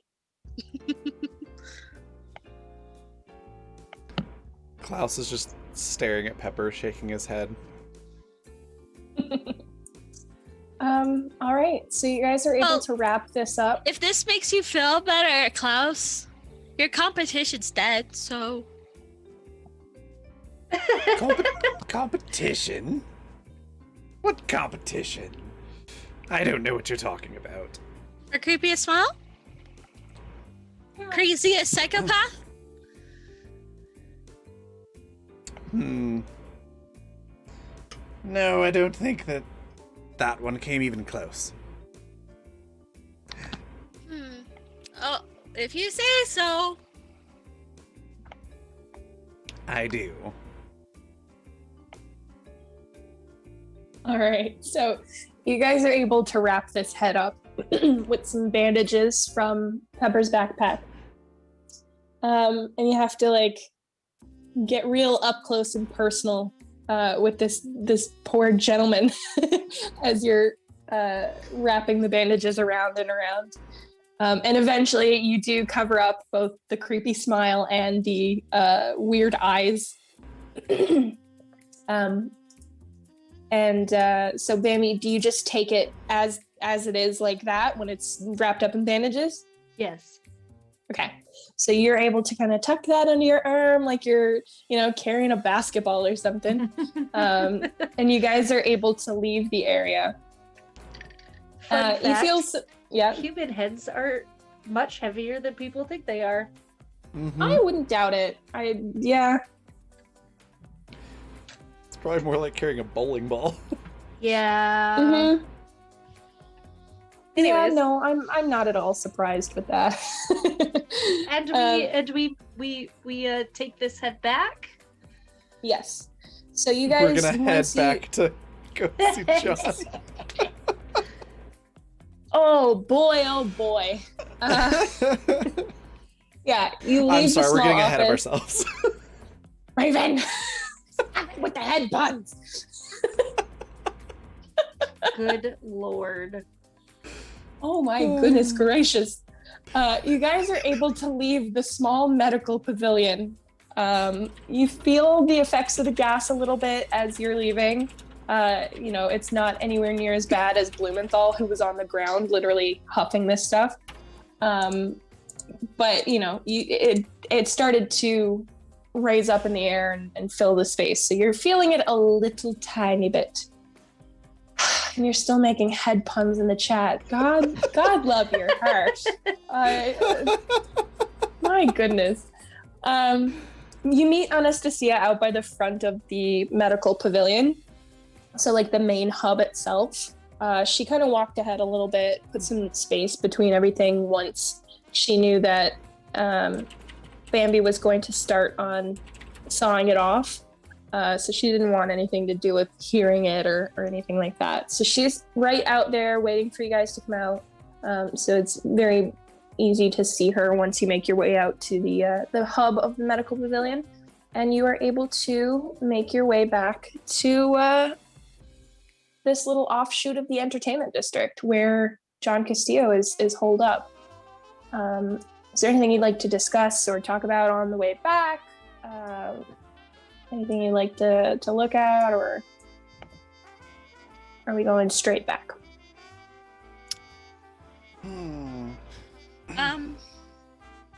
I mean, I think actually because only because one of her dogs got hurt, Pepper's actually going to look around, for bandages, med kits, things like that. And she normally doesn't. That's the thing.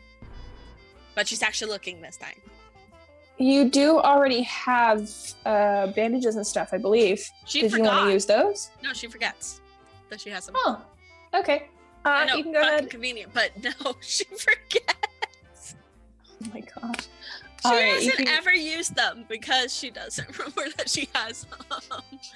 She'll literally watch it, reach in the back, and goes, "Oh." What am I rolling? Investigation, please. Investigation. All right. I didn't roll great. That is a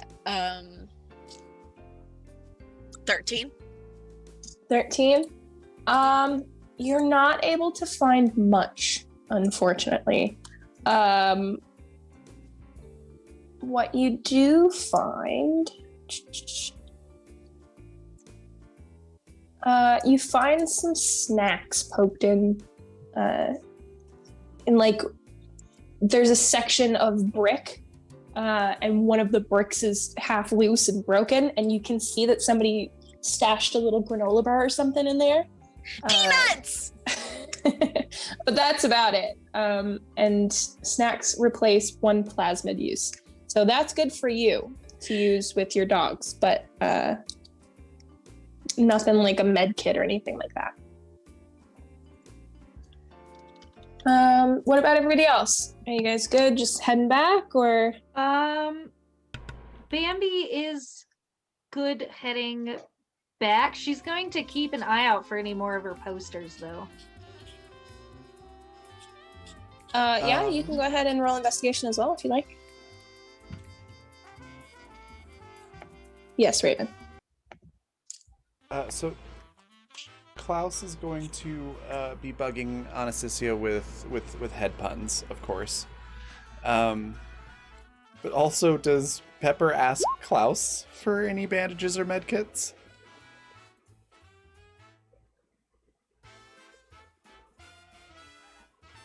Wait, is Pepper gonna ask Yeah, Klaus? No. because Niklaus is a doctor. No. Why would she ask him? No.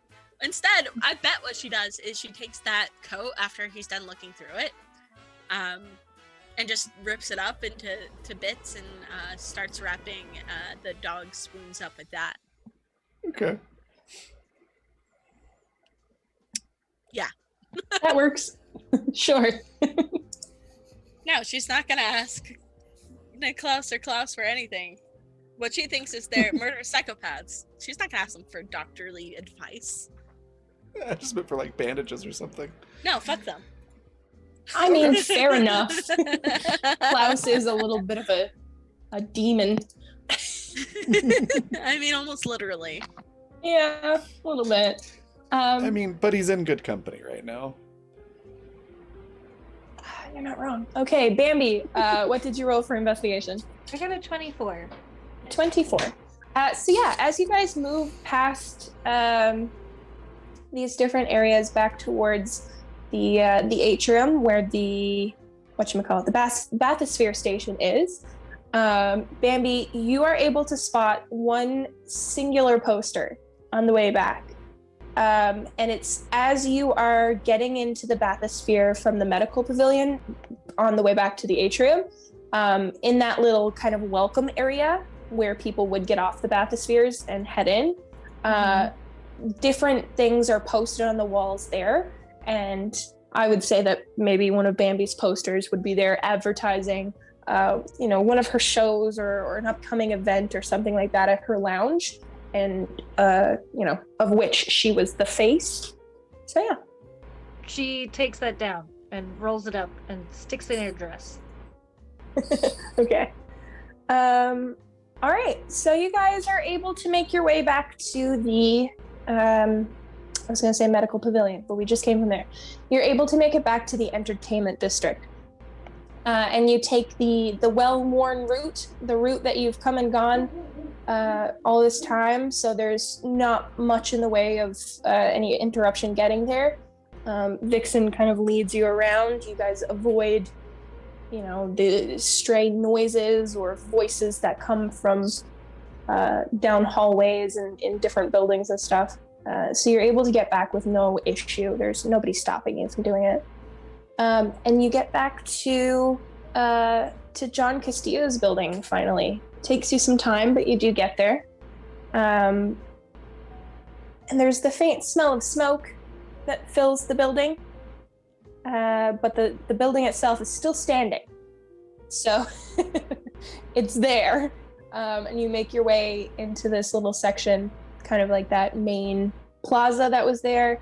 And then beyond it, that little hallway that goes down to the back section where you found the Blackwoods, that leads up the stairs. So you're able to go up there. So Okay. Bambi holds on to the head because she wants to see fucking Johnny. That's true. You didn't get to see John last time. No, she didn't. So she'll lead the charge. She marches right in like she owns the place, right up the stairs, and bangs on Johnny's door. So as you come into this hallway where the doors are on either side, as you make your way down that little hallway, you see that... I'm just trying to think now. You guys use the equivalent of Everclear to set this place on fire. How would they have put it out? How skilled would they have had to be to do that? I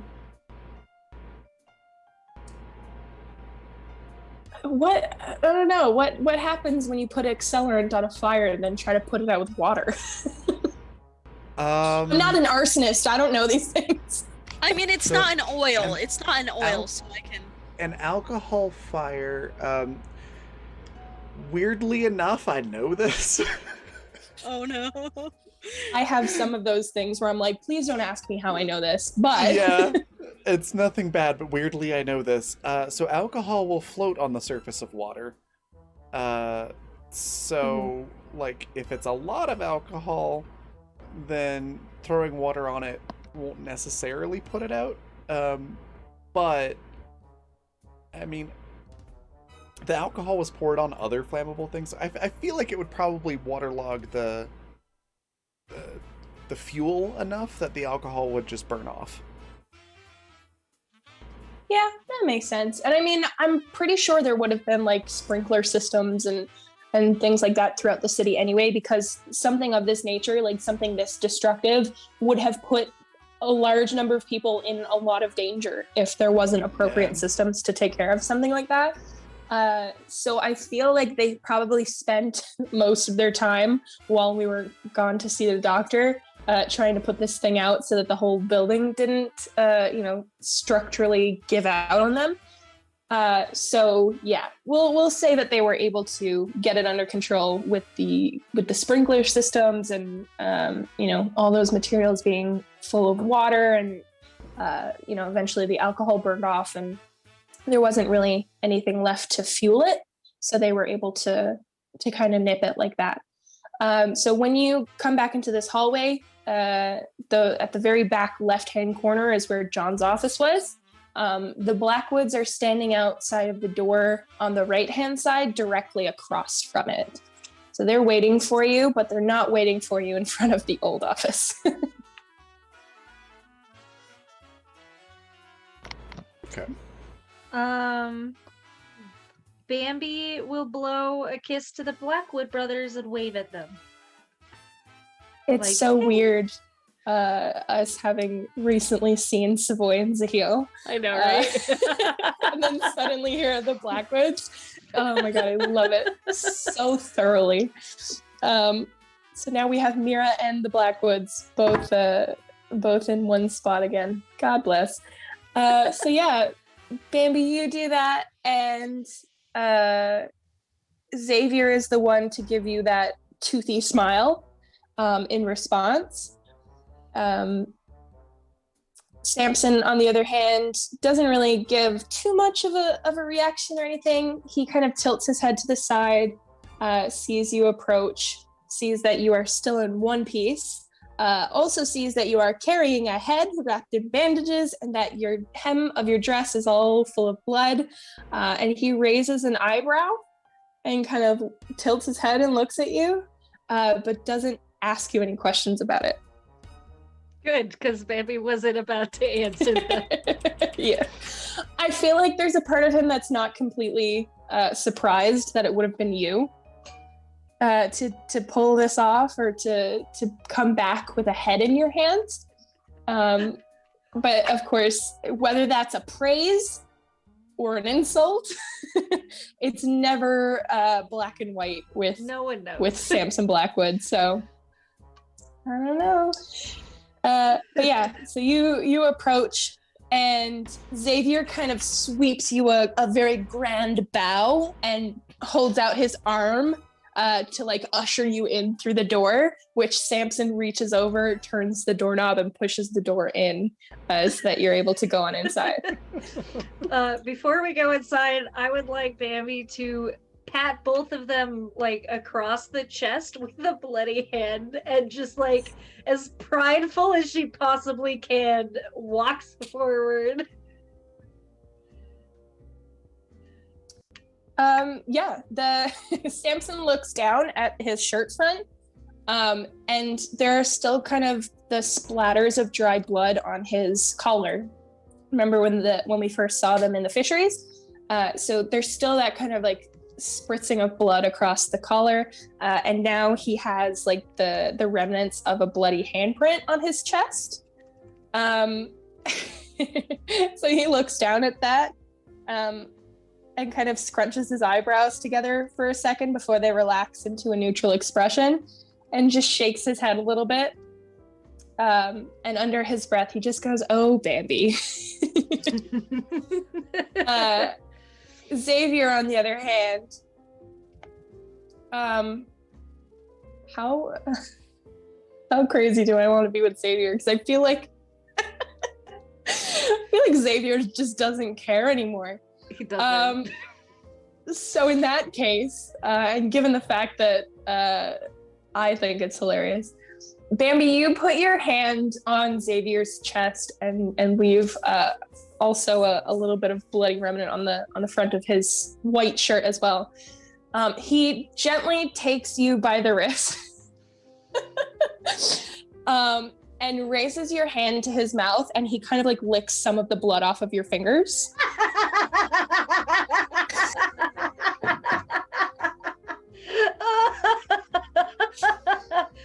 Good. as if he's like taste testing something. So you see him, his expression kind of softens out a little bit, like he's thinking. If this were a wine tasting, he'd be like swishing the wine around in his mouth kind of deal. And then he drops your hand and just goes, and then just stands aside for you to go in through the door. Bambi is a little surprised, but she rolls with it. She's like, and walks in.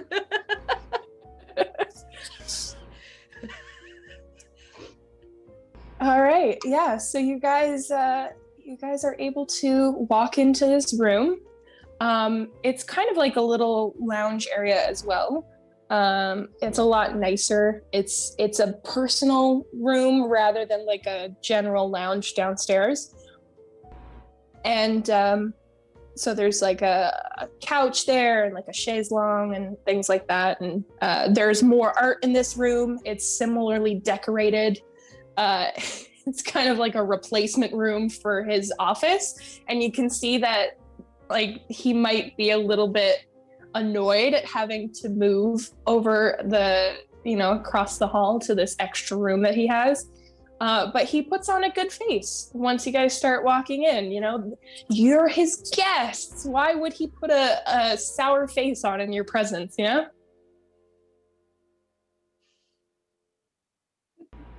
Sure. Okay.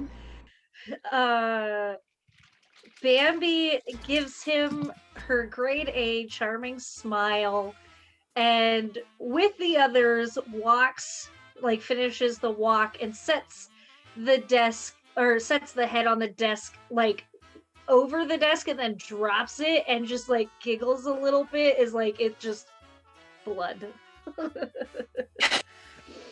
The head drops and just like the severed part of the neck just makes a squelch noise as it hits the table. Yes. And like the head falls over. I love that. Yeah, so Bambi, how are you feeling now in John's presence? I have no idea, actually. She wants to feel confident. But now that she's standing in front of him, she probably doesn't feel as confident as she did. Like the moment she makes eye contact with him, you see like that demureness, like the demure personality sort of creep back, where she wants his adoration so badly. We're all there, right? Yeah. I think so, yeah. I think Klaus would pick up on this because it's Bambi acting differently than Bambi normally does. And would probably just launch into this detailed description of how we took down Dr. Blumenthal and how Bambi like stabbed the guy through the neck with her heel and then sawed his head off and whatnot. Best wingman ever. With all the gory details. And Klaus really stepping up for a lady over here. Yeah, absolutely. Hypes Wingman. up Bambi. Not so much because he's being a wingman, but just because like he doesn't really doesn't dislike Johnny. Just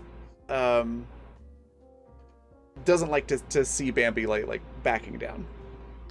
Mm-hmm. Yeah, so John sits there and listens to this whole ordeal and how amazing Bambi was. And he still has this smile on his face. But it doesn't grow during the course of the story. There's no extra twinkle in his eye or anything like that.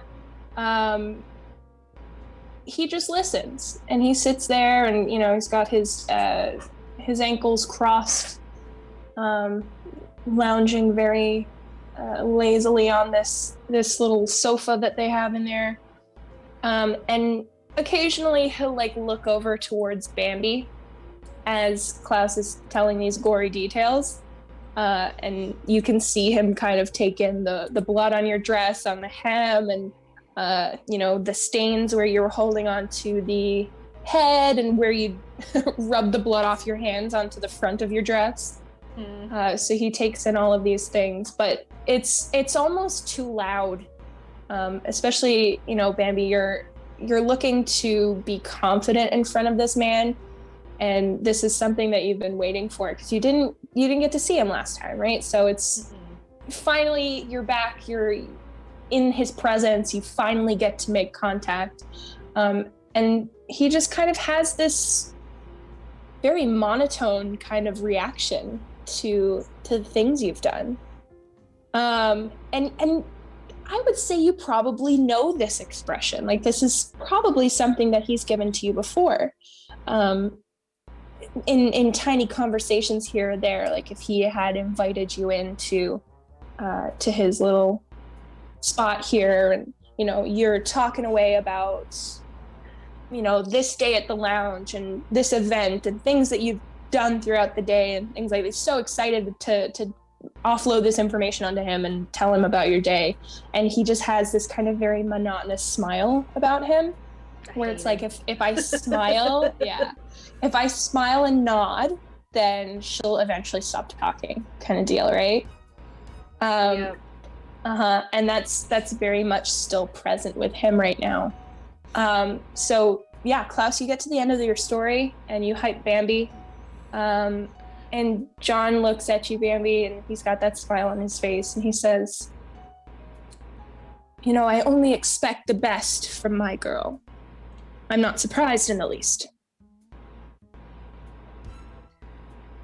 Just a reminder, just no reason to bring it up now specifically, but just letting you know, Klaus reloaded on the way back here. Just letting you know. That works.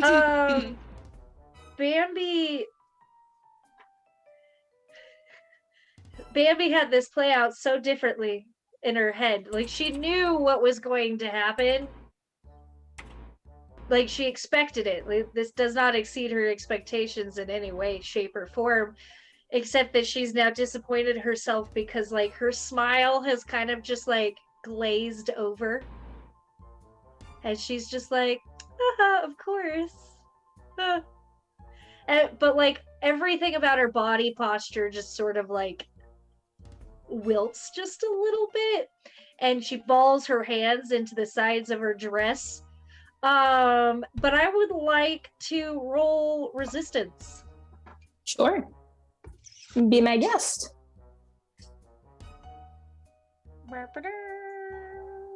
Which is also one of my lowest rolls. I got a 4. I straight up failed the shit out of that. Oh You no. have Yeah. an advantage, by the way. Just No, I saying. really want to fail this. This is the justification for failing this. Okay. You're like, I actually failed. So you failed. Go ahead and tell us how that plays out. I am going to take a little bit of liberty here. Because I failed so poorly, if you don't mind. Yeah, go ahead. Between the emotional distress of what Bambi is feeling and the fact that she very, very, very much needs more Abel or Cain to help substantiate these cravings, she starts kind of like trembling, like, you know how chihuahuas, when they get really angry, just sort of shake.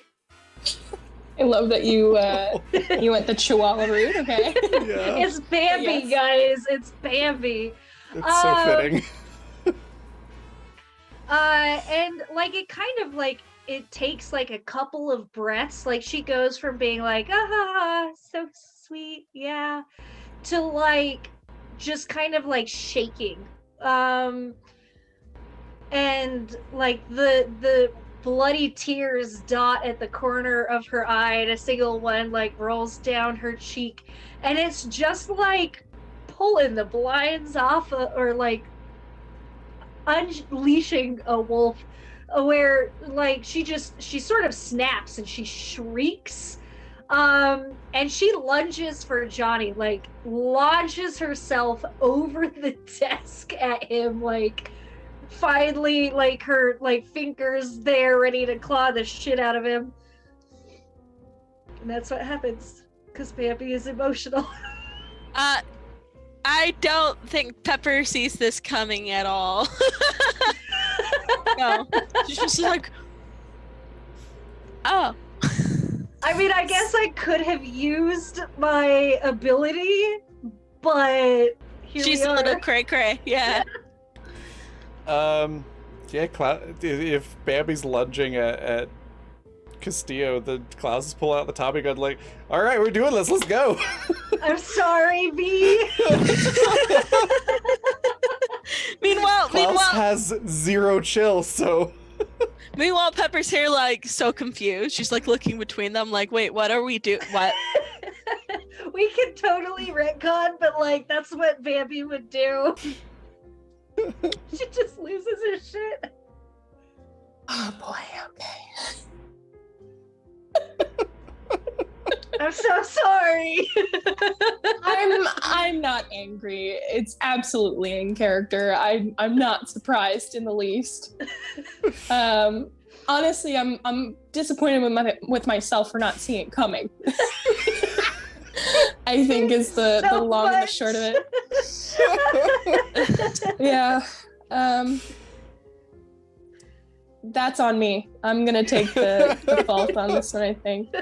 Chat, So- well, watches the table flip. That happened. I Yeah. love that.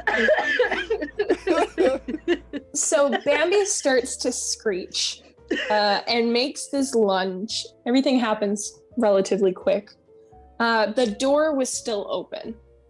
So you also hear from the back end of the room that Samson and Xavier have come into the room. And you hear, perhaps over the sound of Bambi screaming like a banshee, they cock their guns and bring them up and point them at the back of the party. John Castillo watches you scream and kind of jump across this table at him. And he goes to kind of grab up your wrist in one of his hands. And that's where we're going to end for today. Dang it. Also, that's probably a good idea because like my brain power is slipping away. Baby's just gonna get worse and worse. Yeah. Not only that, but now I have to either prepare for the situation to de-escalate or get ready to fight. Yeah. I'd say there's a Yeah. 50-50 chance that Nick both could ways. take over and go, oh, there's guns behind us, or Klaus just goes, more people to shoot. That totally makes sense. So Oh, yeah, it'll good be gravy. interesting. Playing a volatile character is interesting and fun. Yes. Never a dull moment here with Klaus. Right? Not a one. All But right. yeah, if you need certain things to happen to make the story go more smoothly, like, let us know. Yeah, I'm more than welcome to like totally concede and work. Like if you're just like, you guys need to get through this, I could be like, all right, so how about this or something? I don't know. Like In do terms Bambi, of kick them all out. endgame, I have no particular attachment to any of my NPCs. I have no particular attachment to any of the PCs. So, That's a way to put it. That's fair. so I'm here the with moral, yeah, the moral of the story is that it's entirely possible for any of you to bite the dust. It is also entirely possible for any of my NPCs to bite the dust, and I'm okay with that. And ultimately, it will just decide how you guys end. If it's a total party kill, then that's going to give you a substantially different ending than if you go through with what you have to do and find a way out of here. But I'm prepared to let it play out whatever way it plays out. If this is what Bambi would do in character, then I'm okay with that. Mm-hmm. So yeah, we're fine. Think about it before next week, yes. If you feel like this is still what Bambi would do, then we'll just pick it up from here. If you have any changes that you would like to make, then I'm open to those as well. But it's totally up to yourself, and I don't mind either way. you. All right, well, I'll fixate on it and let you know. Sounds good. Awesome. We're gonna go on a raid here very shortly, with a raid cry of death by high heels. But before we do, I want to let everybody say what their favorite part was, where we can find them, and anything they want to share or plug. And then we'll head over to we're gonna go raid words. The Dragons and Things Network, another channel on the Fantasy Network. It's the stream, the Twitch streaming team for the Fantasy Network, and they're playing Necrobiotic, which is a new system that's out on Kickstarter from Penny for a Tale. We run a campaign on that new system on Saturdays as well, so I'm actually really excited to see this. So that's who we're going to raid, and then V, we'll go reverse order from how we started. Favorite part, where can folks find you? Anything you want to share or plug? I mean, it's got to be Bambi, right? It's got to be.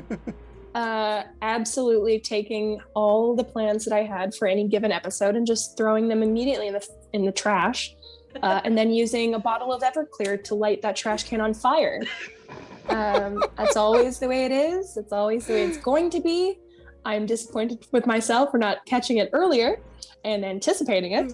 But you know what? I have a feeling that if I had anticipated it, it would have gone differently again. So you know what? Let's just roll with the punches, I guess. Why does also... Go ahead. Why does this feel like when the parents like, you know what? It's actually my fault for not teaching you better.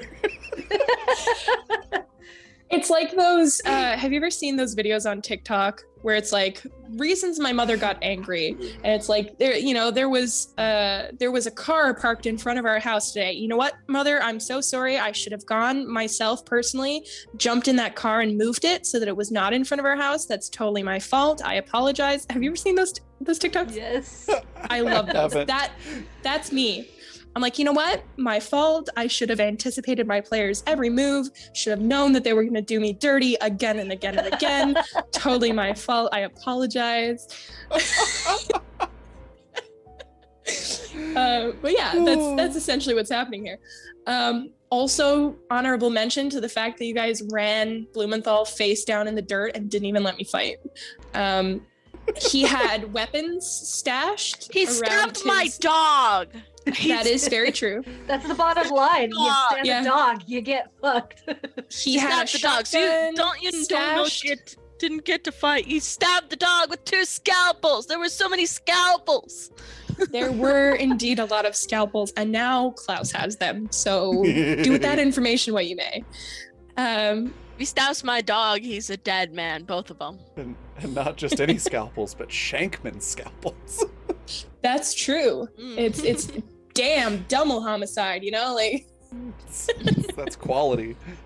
But yeah, I think the spotlight goes to Bambi at the end there for this session. But as for me, today is Wednesday, so I will be here tomorrow, Thursday, for another episode of the Star Wars campaign, where I play a Dark Force using Togruta, who is kind of coping with the fact that now there's a Sith on board, and she's also got an ancient Sith in her head, which is a long story, but she touched things that she shouldn't have touched. And now she has a head companion, and his name is Hetsuska, and he's really funny, and I like him a lot. But I'll also be here on Saturday for more Animus Absentus as well. So stick around, check those out. You can also find my work online. I have an art Twitter if you'd like to check it out. It's at Peppero Draws, and that's Peppero like the candy. And I posted in chat earlier, I'll post that again there now. The latest tweet up is a little work in progress photo of my picture of Mira from Deus, and she's turning out really cool, and the coloring is kind of cool on that one. And I pat myself on the back. I'm going to toot my own horn for this one. I really enjoy this piece. So I'm going to post it in the chat there. You can have a look if you'd like. But yeah, that's me. Awesome. Rowan, same questions. Hi, I'm Rowan.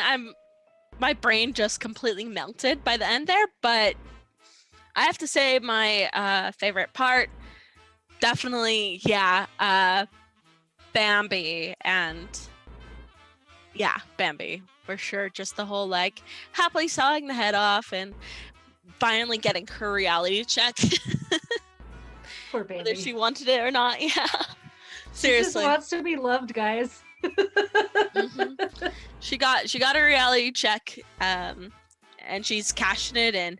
Um, but where you can find me next is I'll be here Friday for Neon Devils. That's Friday at noon Mountain Time. Aside from that, you can find my stuff at rowannorthillustrations.org. So, yeah. Awesome. Yes, same questions. I was quite tickled that Klaus stood up for Bambi and hyped her in front of Castillo. It meant a lot to her. Especially like because it's Klaus and he's kind of a shithead. Even the shithead stands up for Bambi. We're here for Where's the lie? it. Right? Otherwise, you can find me here on Friday. DMing Neon Devils, like Rowan had mentioned. I'm very much looking forward to it. It's been a really fun game. I don't really have anything else to hype other than my store, and maybe I'll stream tomorrow. But the last couple of weeks and the next couple of weeks are going to be a bit of a crapshoot. So who knows? But I'll pop my store link. I do have new designs up in my store if you're interested. Everything's kind of getting a makeover. So if you would like, check it out. Awesome. My favorite part, the whole thing was great. I really enjoyed the whole thing. The combat was a lot of fun. Probably Bambi with the high heels and the bone saw. Yeah. If I had to pick a favorite, that was probably it. And then yeah, that last scene was a lot of fun. Klaus having that moment of sort of like, it's almost like a hey, I'm the only one that's allowed to be an asshole around here. sort of a thing. And standing up for Bambi, and I'm excited to see which way this encounter's going to go, if it's going to de-escalate or if we're gonna have a big shootout. Reminder to everyone, including V, so that you can prepare. We still have the asset of like a get out of jail free card. So Oh yeah. that might be something we end up having to use for this scene. We'll find out. But yeah, the whole thing was a lot of fun, and thank you, V, for putting this together and running it, and putting up with our constant derailings. It's always very fun, no matter the direction. I'm here for it. Awesome. Where you can find me next is tomorrow at 6 p.m. Mountain Time for Elite Beskar. That's our Star Wars campaign. I am very excited for this one because a lot of really cool cinematic stuff's happening in the game. Hey, Zan. So where we ended off last session and where we're going to be going into tomorrow is we're on a Venator class. I think it's the right class. It's the one from the Clone Wars, that Star Destroyer. We've got a squad of Mandos walking up the top of it on the outside, out in space with their jetpacks. We've got a Force-sensitive Mando and a Sith Ewok sneaking through the interior of the Star Destroyer. And then V's character, the Dark Force side, Dark Side Force using Togruta, and our NPC, a former Jedi, are walking into a room full of stormtroopers with their lightsabers drawn. I completely forgot about that. Yeah. I'm so excited now. What the heck? I completely forgot. That's so badass. It's gonna be amazing. So all of that's happening at the same time, and we're gonna start out like right there and find out how it goes. I'm fully picturing like the Kylo and Rey fighting the Imperial Guards in that one scene type situation. It's gonna be cool. So I'm very much looking forward to that. That's tomorrow at 6 p.m. Mountain Time. And then Friday we've got our other two shows. For Friday we've got Neon Devils 2, and then Welcome to Madison, and then Saturday we've got Necrobiotic and Animus. Those are in the 12 p.m. Mountain Time and 6 p.m. Mountain time slots, respectively. Then other stuff to share or plug is sponsors, which is Fundamental RPG. It looks like this. It's a D20 system that is not linked to any specific world or lore, so you can use it to run virtually any genre of game without having to hack it to make it work. Anything from high fantasy to sci-fi and everything in between, which we are doing on the channel this season. We've got a high fantasy, we've got a horror, like a ghost hunting horror, we've got a surreal horror game, and we've got sci-fi running on Fundamental on the channel this season. So it's really cool. You can do a lot with it. If you want a physical book, like I was just holding, you can get that at Amazon. If you prefer the digital version to put on like a tablet or your phone or whatever, you can pick that up at coffee.com/raven/shop, just like it says at the bottom of the screen. Just add /shop to the end of that URL if you want to go directly to the store. Otherwise, you can just go straight to my Coffee page, which has other cool stuff also. And then also in that same shop, you can find Intrepid gear, which is adventuring gear for real life, apparel, drinkware, and accessories, and other cool stuff with a tabletop theme to it. So very cool stuff there. And then finally, Die Hard Dice. I have been using the set that they sent me. This is the for my rolls tonight. This is the Spellbinder Fey Queen set. Words are hard today. It is my favorite set out of all the dice I have, which is saying something. You can pick up your own set at dieharddice.com, and then if you use the code BlackFeatherJune, all one word, capital B, capital J, you can get 10% off of your whole order. And then finally, if you want to catch up on this show or others on the channel, you can do so at the Fantasy Network at watch.thefantasy.network. And yeah, we're going to go on a raid. Again, raid cry is Death by High Heels, and we're going to go raid the Dragons and Things Network, who are currently streaming Necrobiotic. So again, the system that our Saturday morning game runs on. Very cool stuff. And the Dragons and Things Network is also on the Fantasy Network stream team here on Twitch, so definitely give them a follow. Go say hi, and then I will see you all tomorrow. Bye, everybody.